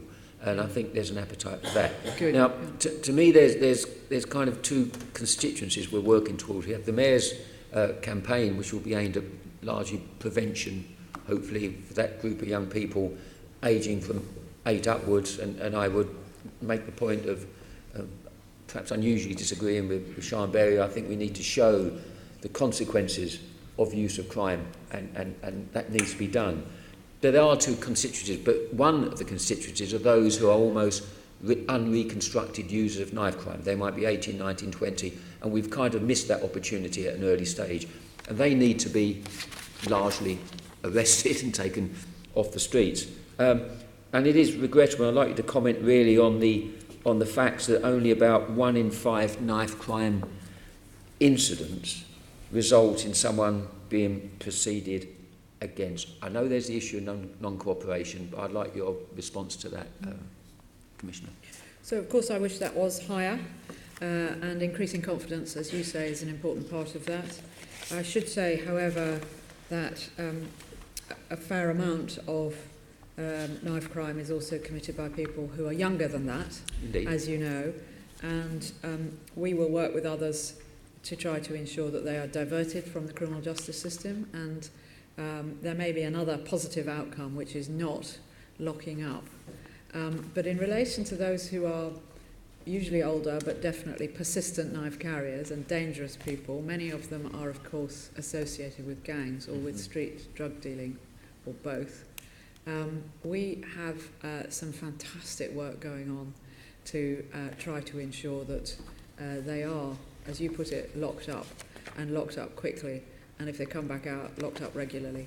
And this is a very high priority for all the boroughs.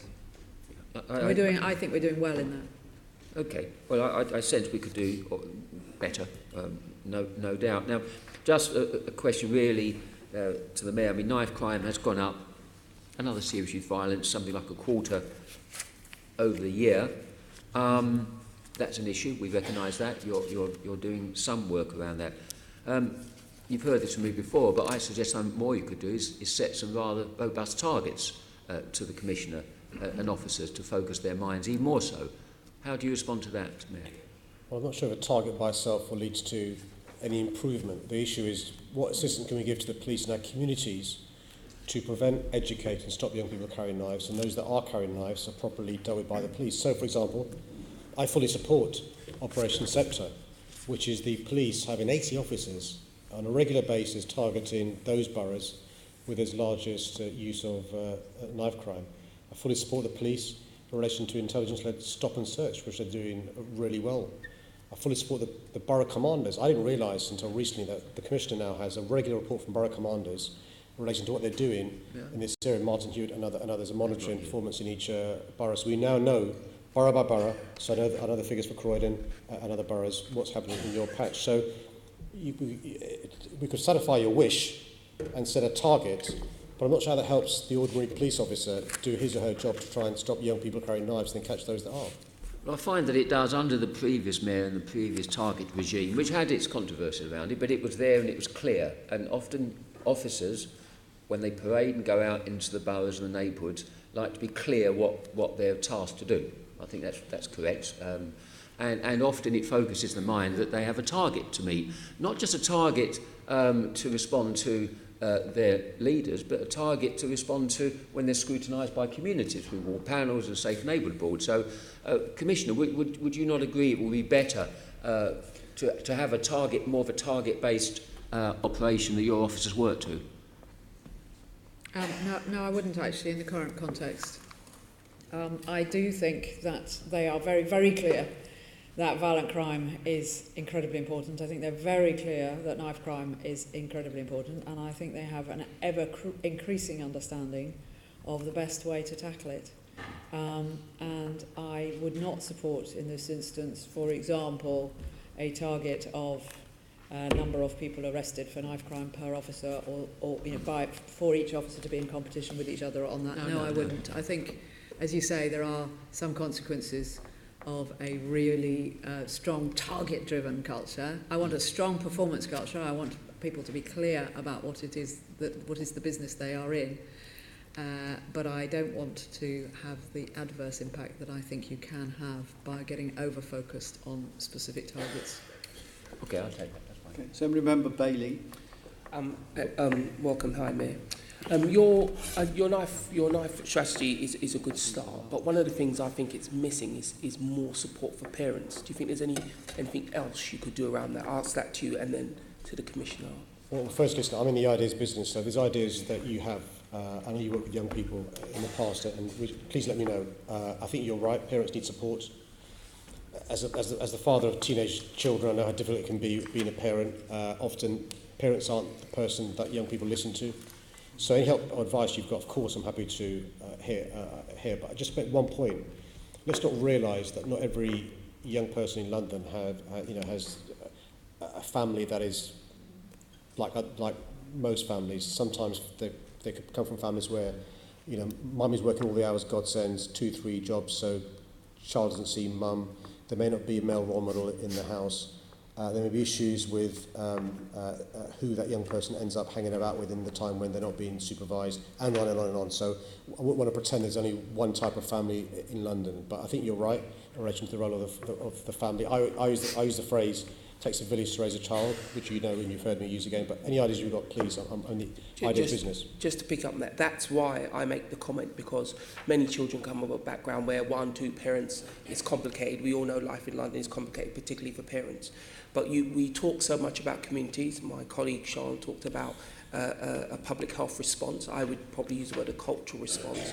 But when you educate a community, it is best done through the parents because they are there all the time. They have a vested interest in doing it. And that's why I suggest that the knife crime policy, anything we do around knife crime, should have a large component, possibly the largest component, focused on those parents because they make up the community. I should say, Sean, that's probably my fault for not explaining, but the toolkit that's going to come out next year, that's from the work we've done talking to parents, if I'm honest, bereaved parents in particular, but other parents as well, in relation to the things we can do in the governed spaces we know young people are going to be at. So we know most young people for 6, 7, 8 hours a day will be in a school. So can we provide the teachers with a bespoke toolkit they can use to teach young people the sort of things you're talking about? So we're hoping to launch that early next year, and I'm really happy to give you an early viewing of some of the stuff that's in the toolkit, and hopefully you'll welcome that. Okay, thank you. Assembly Member Bob. Oh, you haven't finished. Sorry. So I'd like to ask the same question to the Commissioner. Is there anything that your officers or your victim support teams can do in particular to provide officers and parents with support, particularly before these incidents happen? Well, again, I'm interested in your ideas. I sort of echo what the Mayor has said. I spend a lot of time with my frontline officers. I'm not exaggerating when I say it pretty much breaks their hearts to see some of the young people that they are repeatedly dealing with who are repeat offenders. Of course, that's not by any means a large proportion of London's young people, but they're a very specific group with very significant issues who are arrested sometimes 20, 30, 40 times for serious stuff before they seem to get a really meaningful intervention, terrible modern phrase. And that hurts my officers. They don't like it. They find that offensive, and they will say to me, it's not based on data, but they'll say to me they feel that in that cohort who are, nearly all excluded, rushing around the streets, causing lots of trouble for people and putting themselves at massive risk, the vast majority of them have very troubled family background, and home is not a safe place for them, and their parents are not coping if they are there at all. This is well beyond the work of a police officer to deal with it, and others are so much better qualified to deal with these issues. But where we can add value in cooperation and collaboration with other agencies, in support to education of, or information for, of course, parents, we would absolutely want to do that.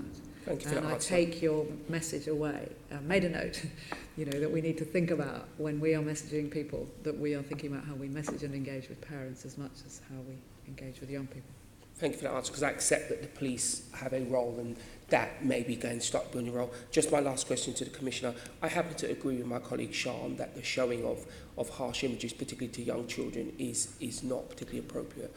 Because if you think about a knife, every knife that's been used in a stabbing incident has probably been used in 50 or 60 incidents before that to terrorise people. And I wonder if you and your officers have spent enough time considering what those scary images do. In your opinion, do they not increase the chances of a child feeling like they need to defend themselves against that scary image, i.e. carry a knife? I think it depends entirely in the context in which they are shown and how it is explained and why it's being shown. I don't want, of course, to increase the chances. Equally, I do want people to understand, and including very young people, the nature of the risks thereof, and what goes on with knife crime. I'm afraid I'm afraid that is a necessity, and we have far too many young people who end up hurting somebody very badly, or even worse, sometimes killing people, who have no understanding whatsoever, actually, of the terrible impact of a knife. And if we depend on and it's great to see, one of the things in SEPTA is these community sweeps. And I'm not suggesting we put 7 and 8-year-olds on community sweeps, but we're getting knives brought in all the time by people in the communities, and we're getting young people telling us about, my older brother, or my this, or my that. I have to say that I think is a good thing, and I'm sorry to say I think we need to raise awareness, even in very young children, of some of the dangers around at the moment. Just like we talk about road safety, just like we talk about online grooming and other things at much earlier ages than I would have dreamt of when I was young, and even perhaps when you were young as well, Sean. That's the nature of the world we're in. I agree with the awareness, but I refer you to the drug campaigns in the 80s when they showed pictures of heroin addicts. It did absolutely nothing for young people because they divorced themselves from the image on the screen. I just would like you to consider that, because I do with young people and always have done, and terrifying images to young people normally mean they'll think I need to defend myself against that, and in this context that could be a knife. I do really think that you need to look at that and really consider if it's necessary to do. But I'll leave it there, Chair. I know this is an ongoing issue. I know we've got several Assembly members who are sort of animated about it. Of course, I'm hearing what you're saying. I know we've been listening. We will continue to listen. We'll continue to think. We'll continue to look at the evidence. I do not believe this is the most important strategic issue facing young people in London who are at risk of knife crime. Assembly Member Boff. I'm aware, Commissioner, I'm aware that the Mayor's just said, we're not exactly like every other city or every other country. I accept that, but it's not time that we did learn the lessons, the international lessons, such as the way of youth engagement in Iceland, where they've effectively turned round their young people from having, for example, 45% of young people there had regularly got drunk 15 years ago. Now that figure is now 5%, and one of the things they've done is to combine love with a bit of enforcement, and they have a curfew. They have a curfew for young people, and it's beyond me why a child should be out after 10, 11 o'clock at night, out on the street, and nobody challenges it. Do you think a curfew would work here? I absolutely think we should learn internationally. The Mayor has been kind enough to say that I spend a great deal of my time getting my officers to be outward looking, to recognise that London isn't unique, that it's not the only place that anything happens, that other people have other learning which may on occasion be relevant. We mentioned Scotland earlier on. It's very different. Not everything they do there is appropriate for us. But at least 10 years ago, as an example, we had the person who was leading on knife crime in Scotland with great success down here for a year to help us. At least 12 years ago, we had the people from Boston who were doing gang call-ins down into London to get us to think that way, and there's a lot of our work has been influenced by that. We should be outward looking, we should learn. I'm interested in the Iceland idea. I don't think it's for a police officer to say a curfew is the answer, but of course it's interesting that it has worked in that context. Yeah, it's not the only thing, it's a package of things, and I must admit to being sceptical about saying, as somebody who helped run a youth club in Hackney for a number of years, I think I'm rather sceptical about just because an adult says don't carry a knife with you, that is sufficient incentive for a young person who's discovering their world, who's pushing against and challenging authority as teenagers do. It's a part of the growing process. That's not sufficient incentive for them not to carry a knife. I'm willing to be persuaded, but the last mayor tried it. I know this mayor is trying it. I don't think it's going to work. Prove me wrong. So I don't think anybody has suggested that that's the only thing that's happening. There's a whole suite of things happening under the knife crime strategy. There's a whole welter of things happening across local authorities and the police in relation to knife crime. Thank you. I'm going to move on to another subject if I can. Since 1985, there have been 2 prosecutions for FGM. None of these have been successful. It is reliably estimated that last year there were 5,700 new cases of FGM, many of those in London. Why is the Met failing these girls? Well, I know you know a lot about this subject. We are all committed to reducing the prevalence of FGM as it affects London's young people. And I think we have had some considerable successes through a variety of different efforts over the last several years, many of which I think you're familiar with, Andrew. We do always seek both to get information and, where appropriate, to convert information and intelligence into evidence. I know you're aware of some of the challenges around this. I am confident that in the next year or so we are very likely to have further charges in relation to this, but I don't think, given the nature of the problem, that we are likely to have in the short to medium term very large numbers of charges in relation to this. Because it's so difficult. I know you know the detail. I know you know the background. Perhaps not here, Commissioner, but you have got to explain to me somehow how you can fail to establish in 5,700 cases that there wasn't a lack of duty of care by some parents along the way, and that would not attract some kind of criminal prosecution. 5,700 cases. We're not talking about a small number. And in each of those cases, somebody has failed that young person, either their guardian or their parents. I fail to understand how it is we can't then use that as the basis for a prosecution. So what I would say to you is that it is not for the want of trying. I have very committed people. We have lots of skills. We have lots of effort around this. And indeed, we have had, as you may know, some charges. However, it is incredibly complicated. I'm delighted to meet with you outside, together with the senior Crown Prosecutor, and we can explain exactly how challenging this is to get evidence sufficient to go through a criminal court in this country. And if I could, a part of the conversation you have with the Commissioner, I mean, I've just got my briefing, just so you know, you may not know, but last year 24 cases were referred by the police to the CPS, and for a variety of reasons, which you can discuss offline, none were proceeded with. So I know previously you've raised the issue, are there, inverted commas, cultural reasons why the police and others aren't proceeding? I don't think that's the case, but there's something going on in relation to either the evidence base or underreporting or confidence. But and so a national working group's been set up, Andrew, which I think has met once already, and will carry on meeting because it's a multi-agency approach. Thank you for that. And I look forward to talking to you about this in some detail at a later time. If I can move on to one other question, I'm looking at my colleagues, making sure I'm not getting anybody. You want to come in? Please. It's okay, thank you. Sorry, I'm not doing your job. It's okay. Sorry, Chair. It's okay. Have you finished then? I will ask another question, but it depends whether or not... Assembly Member Hall. Thank you. So the Commissioner, what's the Met going to do to stop forced marriages, and how are you recording forced marriages in London? So we've I think, in many respects, for a number of years, led policing nationally in relation to forced marriages.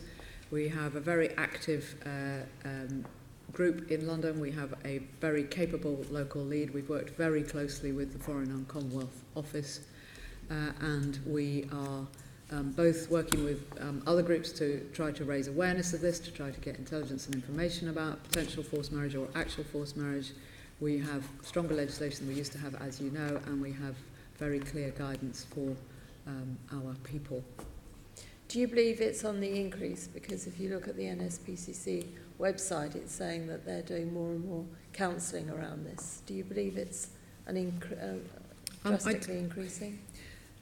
I genuinely don't know whether it's on the increase. I think there is greater awareness. I think we are getting involved more often and earlier, and I think that's a good thing. But it remains a significant challenge for our communities. Okay, thank you. Okay, Assembly Member Boff. Commissioner, is the possession of cannabis a high priority crime for you? It's not the highest priority crime, but it is a crime, and it is something that we enforce the law in relation to. Do you still maintain that position with, I'm sure you have the knowledge of the amount of high potency cannabis that is now available to young people? Sorry, I don't understand the question. Do you still consider it not a high priority crime, bearing in mind the amount of high potency cannabis that is now available to young people?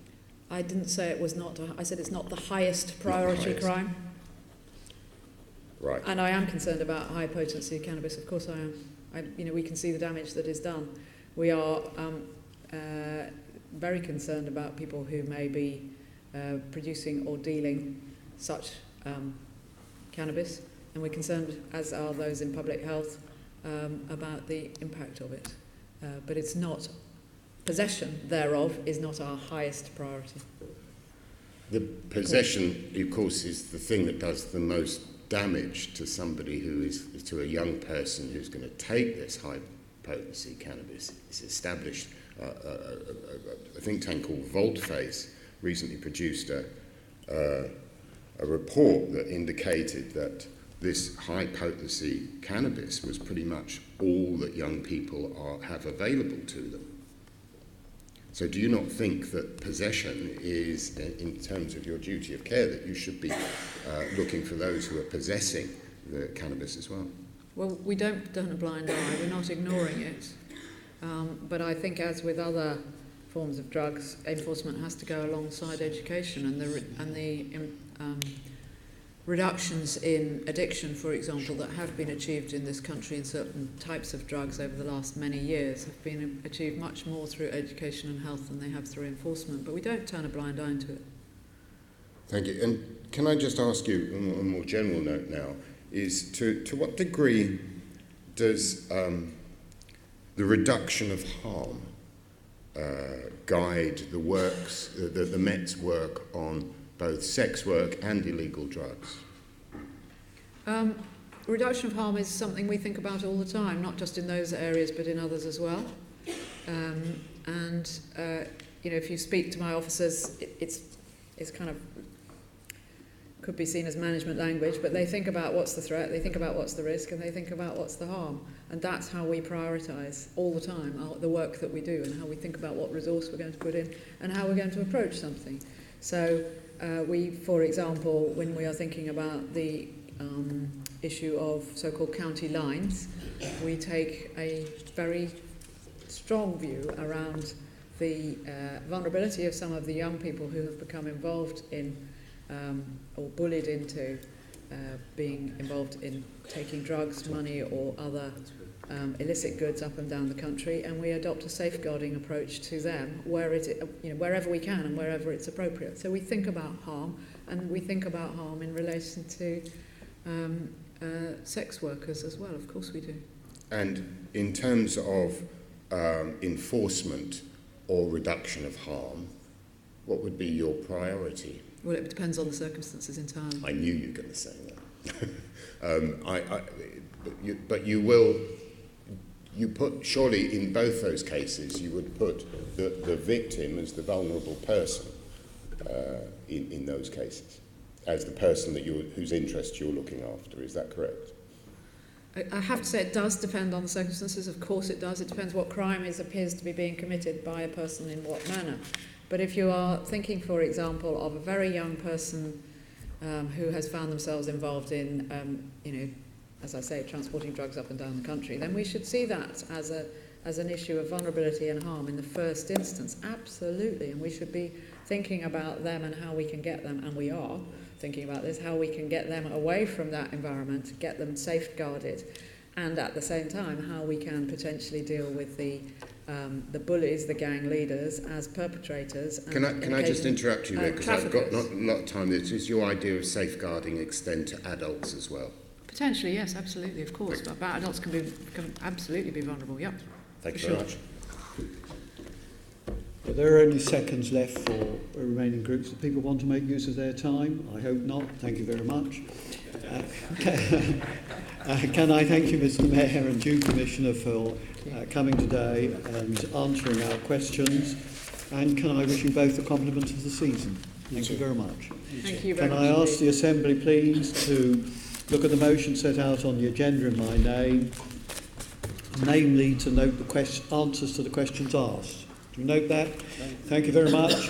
We will now rapidly go on to the motions which have been tabled.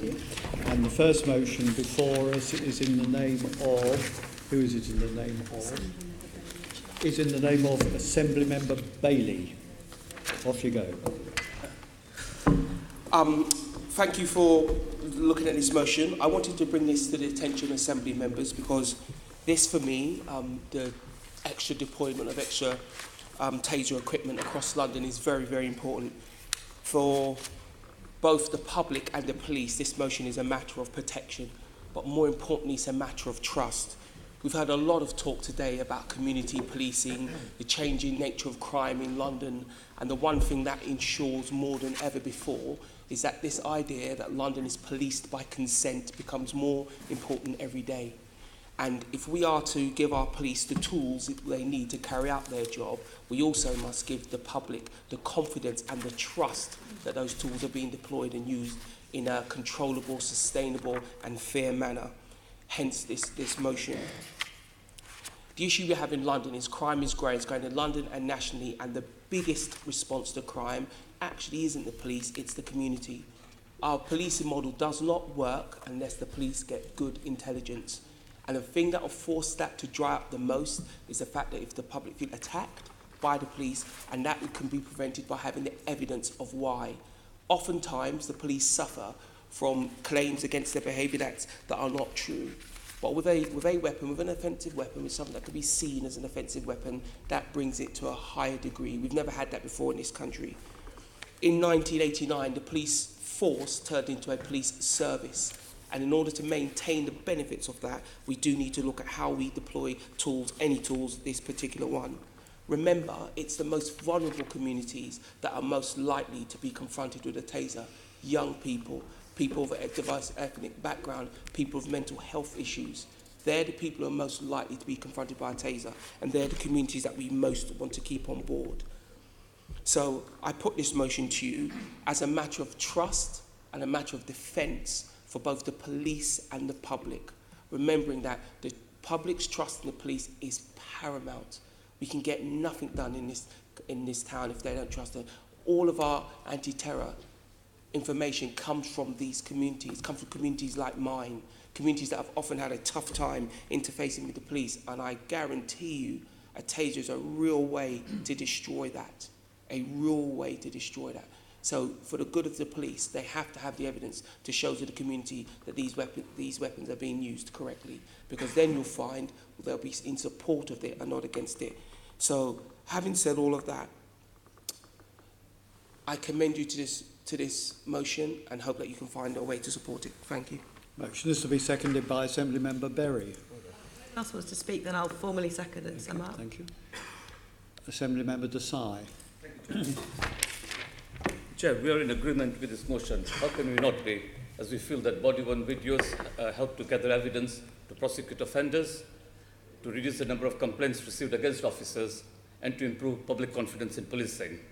But let us note that the Met's uplift in tasers was announced some 6 months ago, alongside policy changes which allow for single crew carrying of tasers. This policy brought the Met into line with the majority of police forces in England and Wales. I don't think I'm being unreasonable in saying that this motion is a bit late in the day, but nonetheless, let us recognize that tasers can play an important role in policing when used properly to protect officers and the public from dangerous threats. As we know, in the majority of cases, when a taser is withdrawn, it is not discharged and the situation is de-escalated. The deterrent of a taser is a valuable tool when used by expertly trained officers. And we also agree that transparency in the Met produce a publicly available dashboard so that the public can view and understand the data on the usage of tasers. The Met's policy of having all uniformed officers wearing body-worn videos furthers the transparency. The rollout of body-worn videos is a step forward in bringing a police force in the 21st century. We've seen thousands of clips of evidence uploaded each month to be forwarded to the CPS. We have seen that complaints about police officers wearing body-worn videos have dropped, and we have seen that the public are more confident in the officers wearing cameras. Officers want it, the public want it. So we are happy to support this motion and happy to note that over 21,000 body-worn video cameras have now been issued to frontline officers in the capital. Londoners should be confident that the use of tasers is proportionate, that its usage is monitored and recorded, and that use is subject to thorough scrutiny. And so we therefore welcome that this motion is supposed to work that the Mayor and the Met have already carried out in this area. Thank you. Anybody else want to speak on this? Assembly Member Berry. You're right, Assembly Member decided this motion is a little bit late. I mean, I thought, I brought this up in September as Mayor's question time, and I thought it was the simplest possible question to ask. It was kind of, so Mr Mayor, you know, will you make this the policy? It seemed like he was just about to say yes, and then he didn't. He gave an equivocal answer, and he was frankly a bit weird about it. We followed this up, Assembly Member Bailey's followed this up with a written question, and again, we haven't got a conclusive answer, so this is why we're bringing this as a motion now. The Mayor has said body-worn cameras are the biggest game changer in protecting Londoners' human rights, and I think he's right there. It should be there to provide a proper safeguard for our human rights where there are concerns, as well as protection for the Met. And I think tasers, we can't argue that tasers fit that bill. So I think the Mayor, the motion calls on the Mayor to make representations to the Commissioner for a consistent policy about what equipment officers have. I think the Mayor needs to do that, stop being weird about it, and just give Londoners this perfectly reasonable safeguard when officers are using weapons on their own, that body-worn cameras should be there to record what happens if there are any problems. So I hope you'll vote for it now. Assembly Member Bailey to sum up. Just to say, when you say it's late in the day, because of the Mayor's evasive response, it probably isn't late in the day. And let's face it, this Mayor has a full record of consultation. The communities who are most faced with this is still news to them. And when they look at how we responded to this, we'll be able to say that we started, even if it was, as my colleague says, late in the day. So I commend you again to this motion, because it is so important to a large number of people in London. I've detailed who they are, young people, people from ethnic communities, and the police as well. So I commend you to this motion. Those in favour of the motion, please show. Unanimous. Thank you very much. The next motion on the agenda is in the name of Assembly Member Twycross. Thank you. I'd like to move this motion, which notes concern about the rise of intimidation outside abortion clinics in London and calls on the Mayor to look at what existing powers can be used to limit this intimidation, including prosecution. I welcome the review instigated by the Home Secretary into this issue and the Mayor's strong position against protests of this type being used as a form of harassment. My view is that there isn't necessarily a need for more legislation, but the legislation that already exists does need to be used to protect women from harassment. However, if the Home Secretary's review finds that the law needs changing to protect women against intimidation, I would support the principle of legislation on formal buffer zones as BPAS are advocating. This motion isn't about limiting freedom of speech, as some correspondence to members of the Assembly, including myself, suggested. This is about women's reproductive rights and stopping the intimidation of women who are exercising their legal rights, stopping intimidation of workers at clinics, and in some cases, stopping intimidation of local residents walking past the clinics. No woman should ever be subjected to intimidation, particularly women considering or going through an abortion. Many of the emails I received have suggested that protests are silent prayer vigils. This is disingenuous and is simply not the case. The protests are about the intimidation of women, often using highly unpleasant and graphic means. BPAS have evidence of an activist in London breaching patient confidentiality, telling a violent partner that a woman was at a clinic for her treatment. At BPAS Bournemouth, a staff member was followed in her car. I agree with the charity that anti-abortion activities are not carrying out protests in the traditional sense and that their activities pose a real threat to women. It is organised harassment targeted at a marginalised group and should be viewed as such. As Anna Veglio-White, founder of Sister Support in Ealing, is quoted as saying in The Londonist about anti-abortion activists outside the Mary Stopes West London clinic, and I quote, "The anti-choice group have pavement counsellors. It's their job to stop women going in. Then there's a prayer vigil directly opposite the gate. The pavement counsellors have leaflets and rosaries. They use really emotive language, like calling the women mum. And if a man isn't with them, they'll ask if the dad knows that they're killing their baby. Some call them murderers and tell them it's not the clinic, so they don't go in. Sometimes that works. One woman we saw, they called her mum and she ran off in tears. Her partner begged them to move. She had wanted her child, but there was a fetal abnormality. She didn't end up going in that day. We don't know if she went back. That's how upset it makes people." I'd like to say that whatever the reason for a woman choosing to go to clinic, it's her choice and her right to choose that must come above the rights of protesters to intimidate and prevent that woman making that choice freely. I welcome moves by Ealing Council to use legislation on public spaces, protection orders to implement a buffer zone, a move that councils including Southwark and Portsmouth have now followed. I would call on other councils in London to follow suit. I welcome the Mayor's support for local authorities using enforcement tools and his clear message that, to quote, "It is totally unacceptable that vulnerable women have to face what is essentially abuse when they are simply trying to receive a public service." However, I would stress that we also need clarity on what powers the police do have, because there is lack of clarity about this in terms of the messages that are coming out of the police at times. And we need clear guidelines about the police's power to arrest and prosecute those resorting to obstruction, intimidation and harassment. Not only would this encourage more patients and health workers to come forward to report intimidation, it would also send the strongest message yet that zero tolerance be shown to threatening behaviour of this kind in the capital. Thank you. Assembly Member Sahot as a second. Thank you, Chair. I wasn't say pleased, but I'm happy to support this motion, which is brought by my colleague. This debate isn't about whether termination of pregnancy is right or wrong. This debate is about the right of people to access the health care which is legal, to which they're entitled to. This debate is about the conflict every mother goes through before deciding whether to have a termination or not. I have been a doctor for 25 years and I see regularly patients who have an unplanned pregnancy. They go through thousands of storylines in their mind. They have huge discussions with the doctors and their family members and the father of the baby. They weigh up more than we know how hard that decision is for them. And they've taken that decision that they think the termination of pregnancy is either in their best interests or the best interests of their unborn child. The last thing they want is to be harassed as they're going about for a legal procedure to which they're entitled to. I think every mother should have information about the choices she can make. But that choice or that information should be given to them through their doctors and through other agencies at the time when they make a decision. That information is not to be given to them as they walk into the clinic.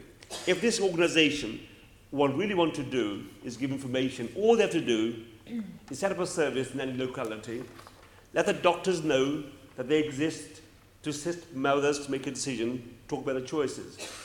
But what this is really about is emotional harassment of people when they're most vulnerable in their lives. And they're stopping them in a way which further adds to their emotional, psychological stresses. This is about the harassment that mothers are put through as they go through a very difficult decision in their lives. And that's why I'm delighted that the London Borough of Ealing, the council or the residents which I have the pleasure of representing here, have taken a very strong decision about this matter. And I think it's right that the Metropolitan Police should be asked to look at what powers they have, not only to protect the rights of people to free speech, but the rights of people accessing healthcare to which they're entitled to at a time when they're emotionally very vulnerable. And that is why I am delighted to support this motion and hope that you will find that this motion is not about whether the pros and cons of termination, which is debated somewhere else, different place in Parliament. This debate is about maintaining the rights of individuals who are going through a legal treatment or legal procedure to which they're entitled to, and they're being harassed emotionally as they go into a facility which is licensed to give that treatment, and that we should be encouraging our police force to protect those vulnerable women and making sure that the Mayor gives clear guidelines to the police to do so. So this is why I'm delighted to support this motion. Thank you very much. Before calling on the next speaker, could I ask you please, in accordance with Standing Order 2.9, would you please agree to extend the meeting in order to finish the business? Agreed. Thank you very much. Assembly Member Curtin. Thank you, Chair. I've seen many motions come before the Assembly in my time here, but this one, I think, so misrepresents the truth of what is happening outside the abortion clinics that it could be out of 1984. It calls the pro-life campaigners and people who are holding quiet, dignified vigils there in order to try and help mothers to make a decision which they may not want to make, anti-choice intimidators. It calls them, it says that they are obstructing and harassing people who are going into the abortion clinics. That simply is not the case at all. The name of the group that stands outside the clinic in Ealing is called the Good Counsel. And they've been there holding a daily vigil for 23 years. This was debated in the Home Affairs Select Committee in the Commons a couple of weeks ago. And the British Pregnancy Advisory Service was asked about the protest there. They could not name one single conviction for an offence. The police wrote to say they were unaware of any cautions, arrests or prosecutions in the last 23 years. And they challenged the Good Counsel Network in the Home Affairs Select Committee to provide an example of a substantiated offence or example of harassment, and they couldn't. And the local police in Ealing have not been calling for any powers to create buffer zones. What it does is take good people and try to call them bad people. The internationally accepted word for people who are against the practice of abortion is pro-life. This calls them anti-choice. The fact is that another organisation set up in Ealing called Sister Supporter, and they went out wearing high visibility jackets and megaphones, and they were joined on some occasions by the local MP. And they're the ones who are making all the noise outside the clinic, not the Good Counsel, who hold a dignified, quiet, prayerful vigil. On Tuesday, I went to meet the Good Counsel. And I went to meet some of the mothers and their children who are still alive because they've received advice from the Good Counsel. Before you vote for this, I'd ask you, have you been to meet them?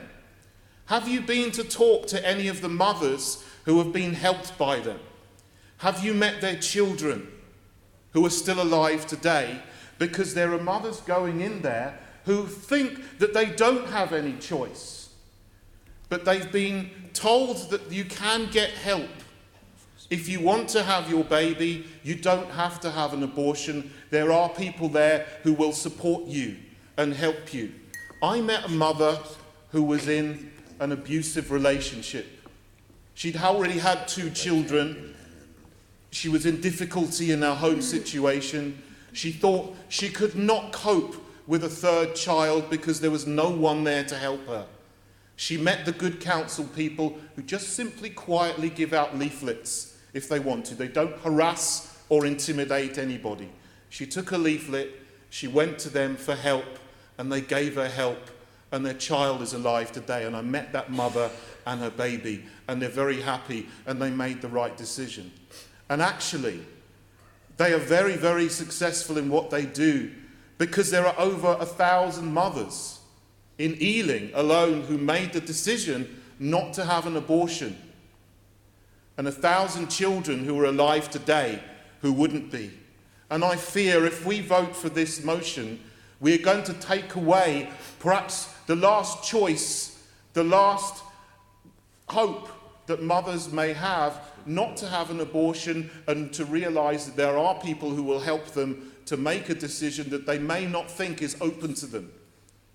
If it were true that they were harassing and intimidating and abusing women, yes, I'd vote for this. But that simply isn't the case.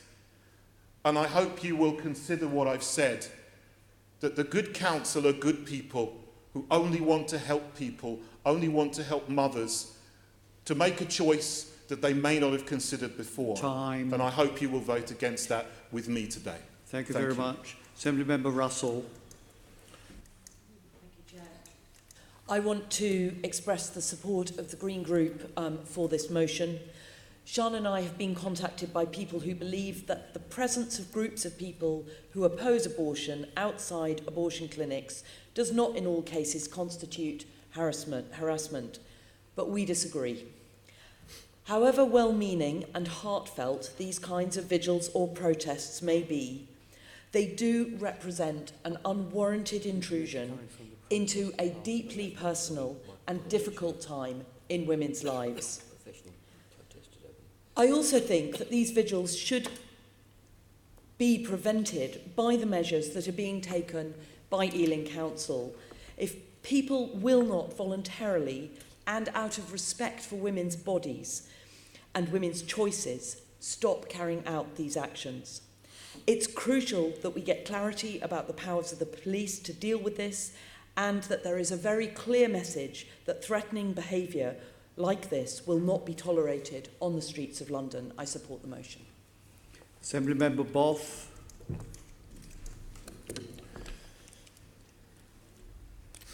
I sometimes think that this debate has got a bit too much God in it and not enough rights, not enough humanity. Each fertilised embryo is a unique human being at an early stage of development on its journey towards becoming an adult. It is not a vestigial lump of flesh. It is an individual. It has a unique human DNA that, in my belief, is about the only thing that establishes whether or not anybody is actually human. I personally value the continuance and interests of humanity above all else. Each human has rights, irrespective of the stage of development that they are at. People who are unable to articulate their choices still have rights. That's been established for many, many years. But it is also true, and without doubt right, that an unwanted pregnancy can create enormous problems for a mother. And without the option of a legal termination, can result in her life being put at risk. So these ethical dilemmas about life are more common than one would first think. At one end of life, we allow someone's right to life to be determined by their family. The withdrawal of life support for a loved one is a decision that many have had to make, whether or not it be of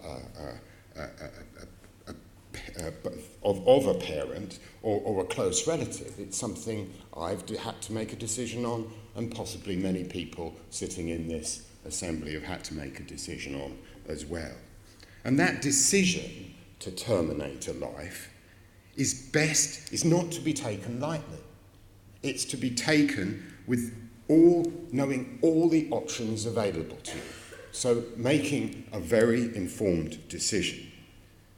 So we have determined through many, many years of debate that the dilemma be resolved by an informed decision of the mother, supported by the opinion of medical professionals. And it is surely right that mothers be fully aware of the options that are available to them when they find themselves reaching that decision. Not to prevent her from making this decision, but just to allow her the choice. And you cannot make an informed choice unless you are aware of the options. I sometimes feel, I do feel I'm resistant to the motion referring to these demonstrators as being anti-choice.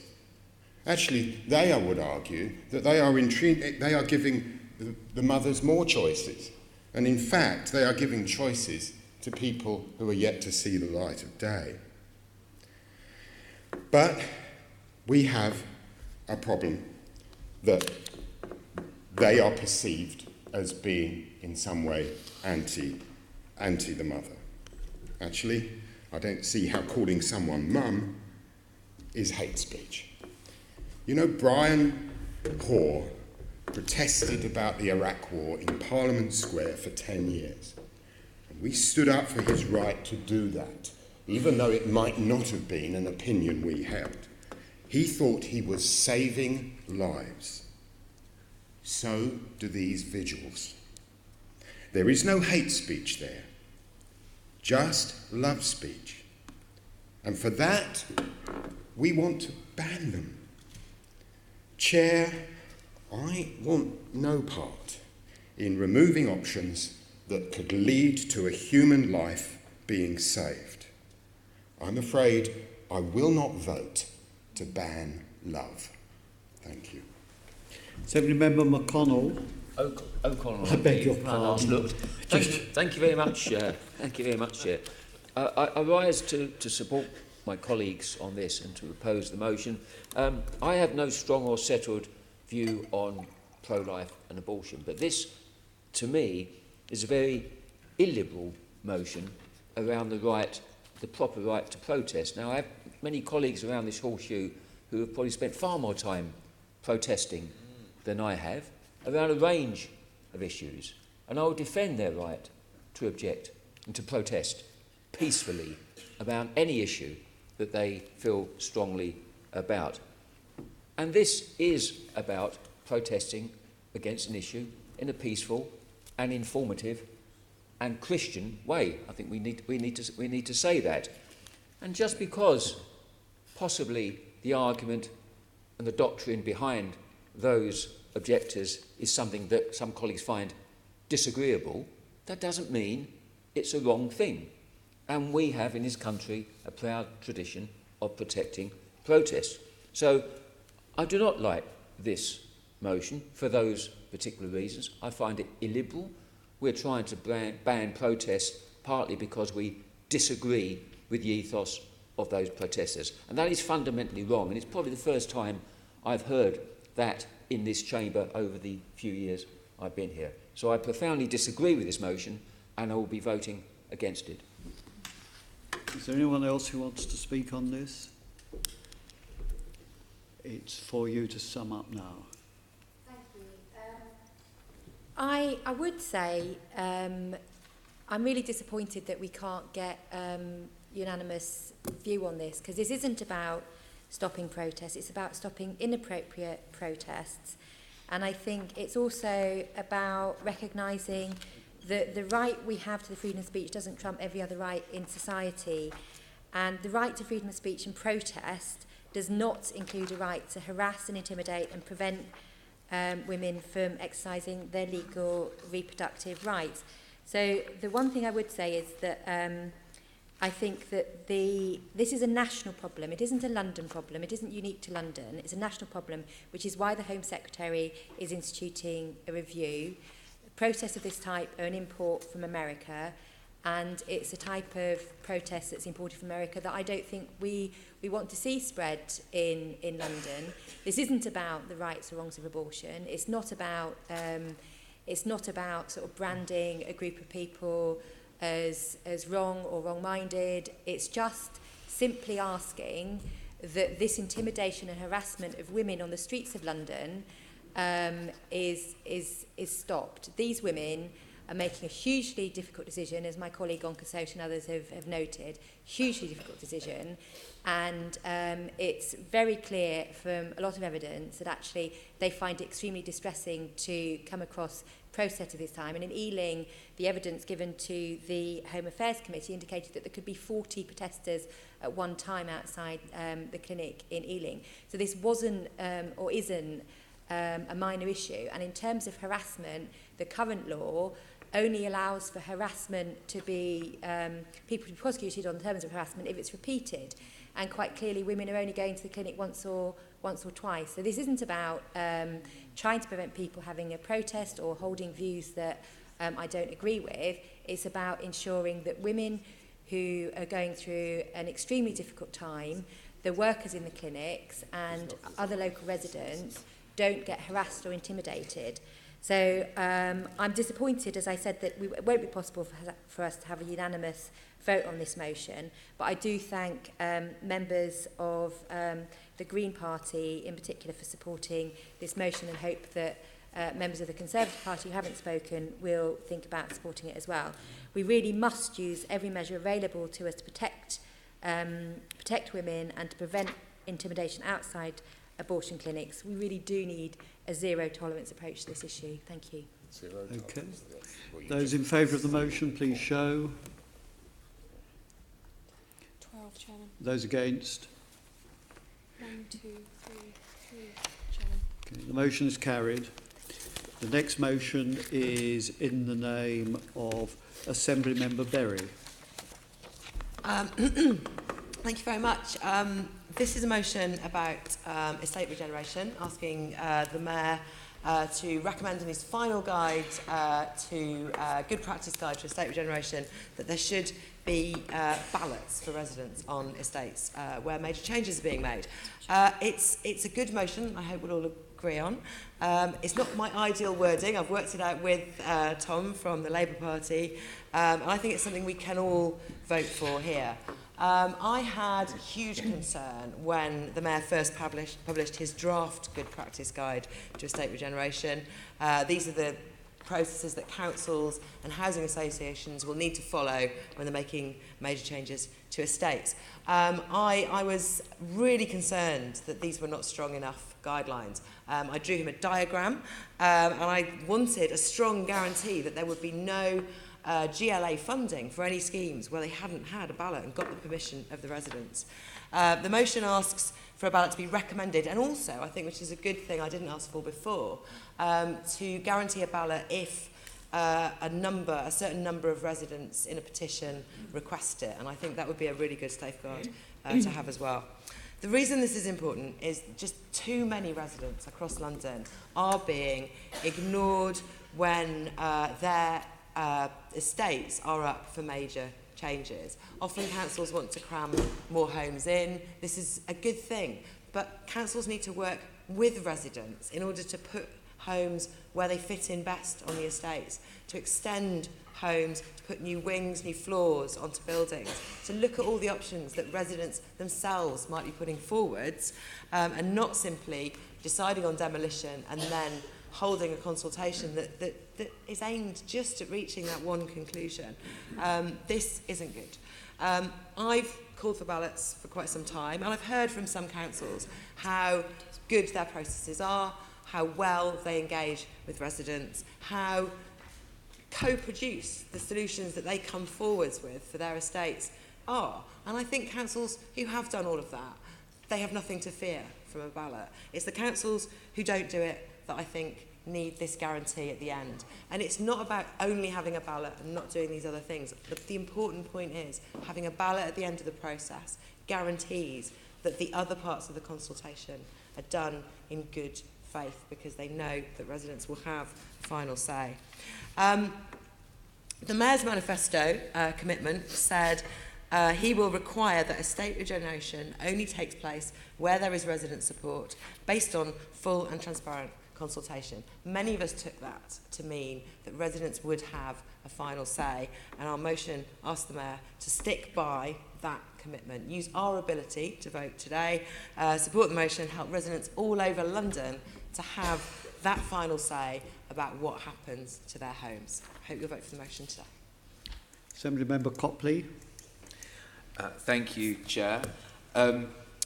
I was very pleased when the Mayor published his draft guide to estate regeneration, but I do feel that one thing was missing was the question of ballots, as I said in my response to the draft, the consultation on the draft guide.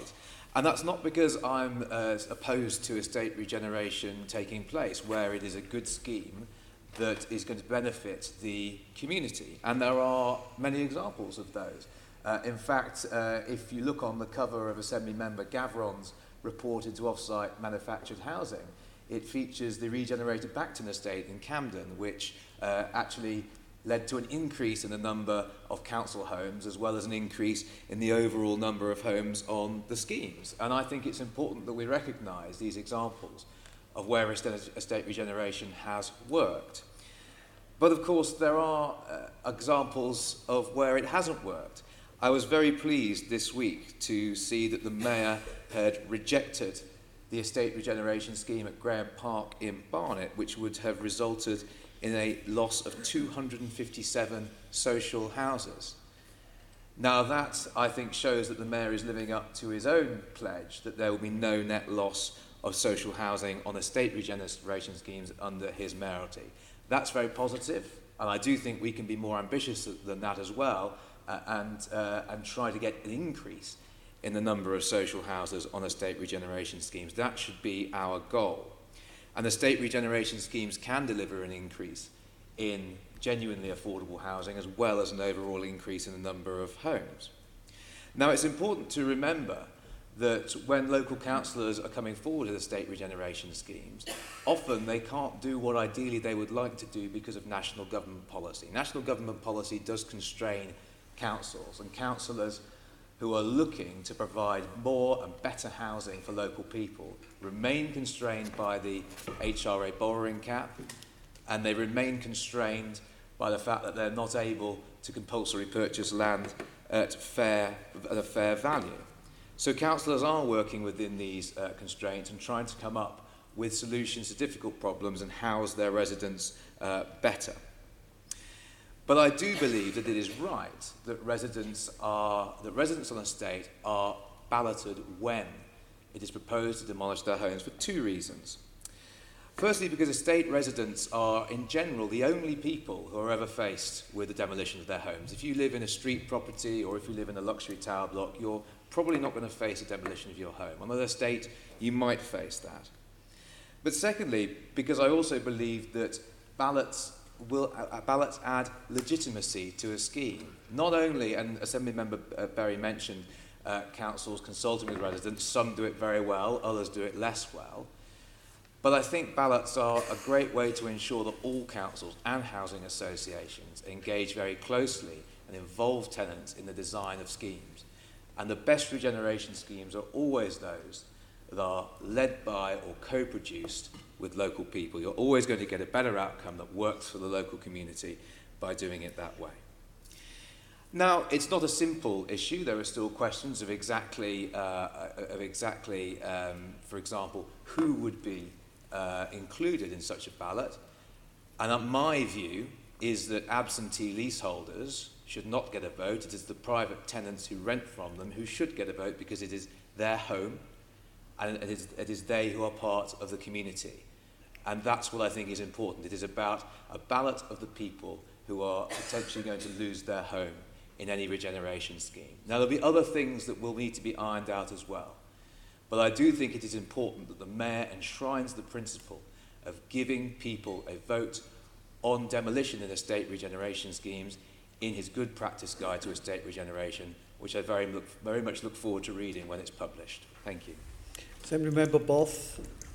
Thank you. That's an awful lot of words, but when it's basically the purpose of this motion is to resolve some of the problems that the Mayor has with Jeremy Corbyn and momentum. We know why it's there, because there in the manifesto was a commitment. But no, Sean actually believes in it. Well, on this side it's manoeuvring. I understand that. I understand. I know you need to get selected. And you've got, the only way you can get selected is to appeal to enough momentum members in your constituency. So that's fine. That's fine. You're doing it because you want to get selected. We're doing it because we actually believe in involving residents in decision making. And there it was in the Mayor's manifesto. Like so many other things in the Mayor's manifestos and on the Mayor's websites, he's decided to forget. I mean, what happened to these 80,000 homes a year that we were promised on the website? You know, can you remember what happened to that? And when I've quizzed the Mayor, I'm not sure what you're talking about there, Andrew, even though we can produce the actual page. The 2 million trees per year that he was going to plant throughout London. 2 million trees a year. Where's happened to that? Has he managed 2? I don't know. But either way, that promise disappeared as well. More homes being built. That one was actually in the manifesto. Every single year we're going to get more homes built in London. And how many more homes did we get built this year? We had 20% less than his predecessor, who he blames for absolutely everything. And here's another one. So this is just another sample of the Mayor forgetting his promises. Well, it is the job of this Assembly to remind the Mayor about his promises and to tell him that he's been trying to renege on absolutely everything he promised Londoners during the election campaign. And why do we even have to have a debate? Westminster Council, during its regeneration schemes, has always balloted its members with regard to estate regenerations, and quite rightly so. And when you are spending, I mean, the point is, I had a discussion with this, and I'm not going to tell you the name of this leader of a certain Labour council in London, who had a discussion with me, and he said, Andrew, of course you're against all these ballots for estate regeneration, aren't you? And I said, no, I'm absolutely for ballots for estate regeneration. And I said, why are you against it? He said, well, the trouble is, if we give them a ballot, momentum will go round and persuade all the residents to vote against it. So we don't want them to have a say. Well, that's the modern Labour Party, isn't it? That is the modern Labour Party. They don't really want people to have a say unless they agree with them. And it's only inspired people like Jeremy Corbyn, and I never thought I'd say that, who've come up with a view that actually ballots are required. But at the end of the day, it's all about democracy and it's bringing people on board. And if you're spending hundreds of millions of pounds, you can't sum up, he's already spoken, hundreds of millions of pounds on an estate regeneration scheme, and you're promising the electors that it's in their interests, and you're then saying that we cannot persuade a bare 51% of those residents that it's in their interests. Now, if you can't do that, then that regeneration scheme is fundamentally flawed.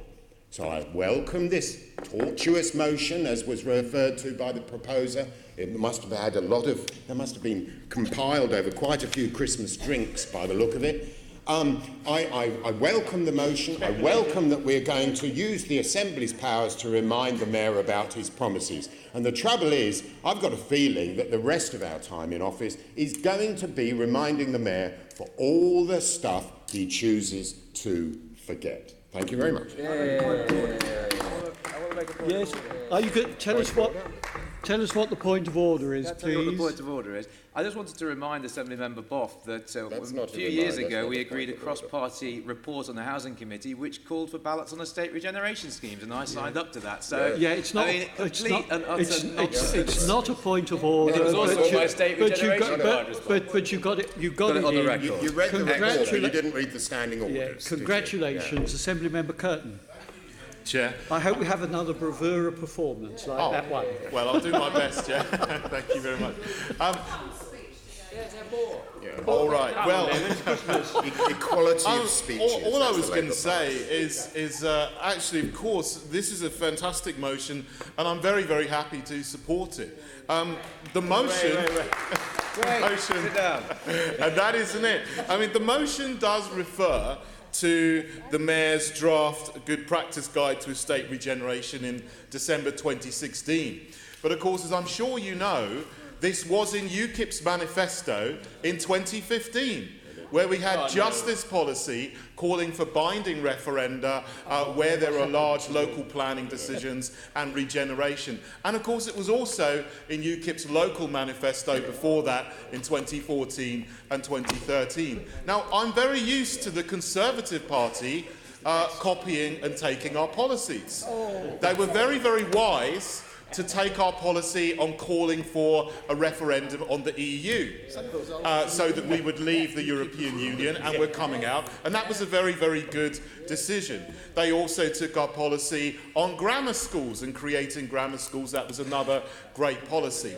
In this year's election, we all noticed that the Labour Party took our policy on providing free hospital car parking, which of course was another UKIP policy. It was been in our manifesto in 2015. And today we have here both the Labour Party and the Green Party taking another one of our policies and presenting it before the London Assembly. Now, imitation is the best form of flattery.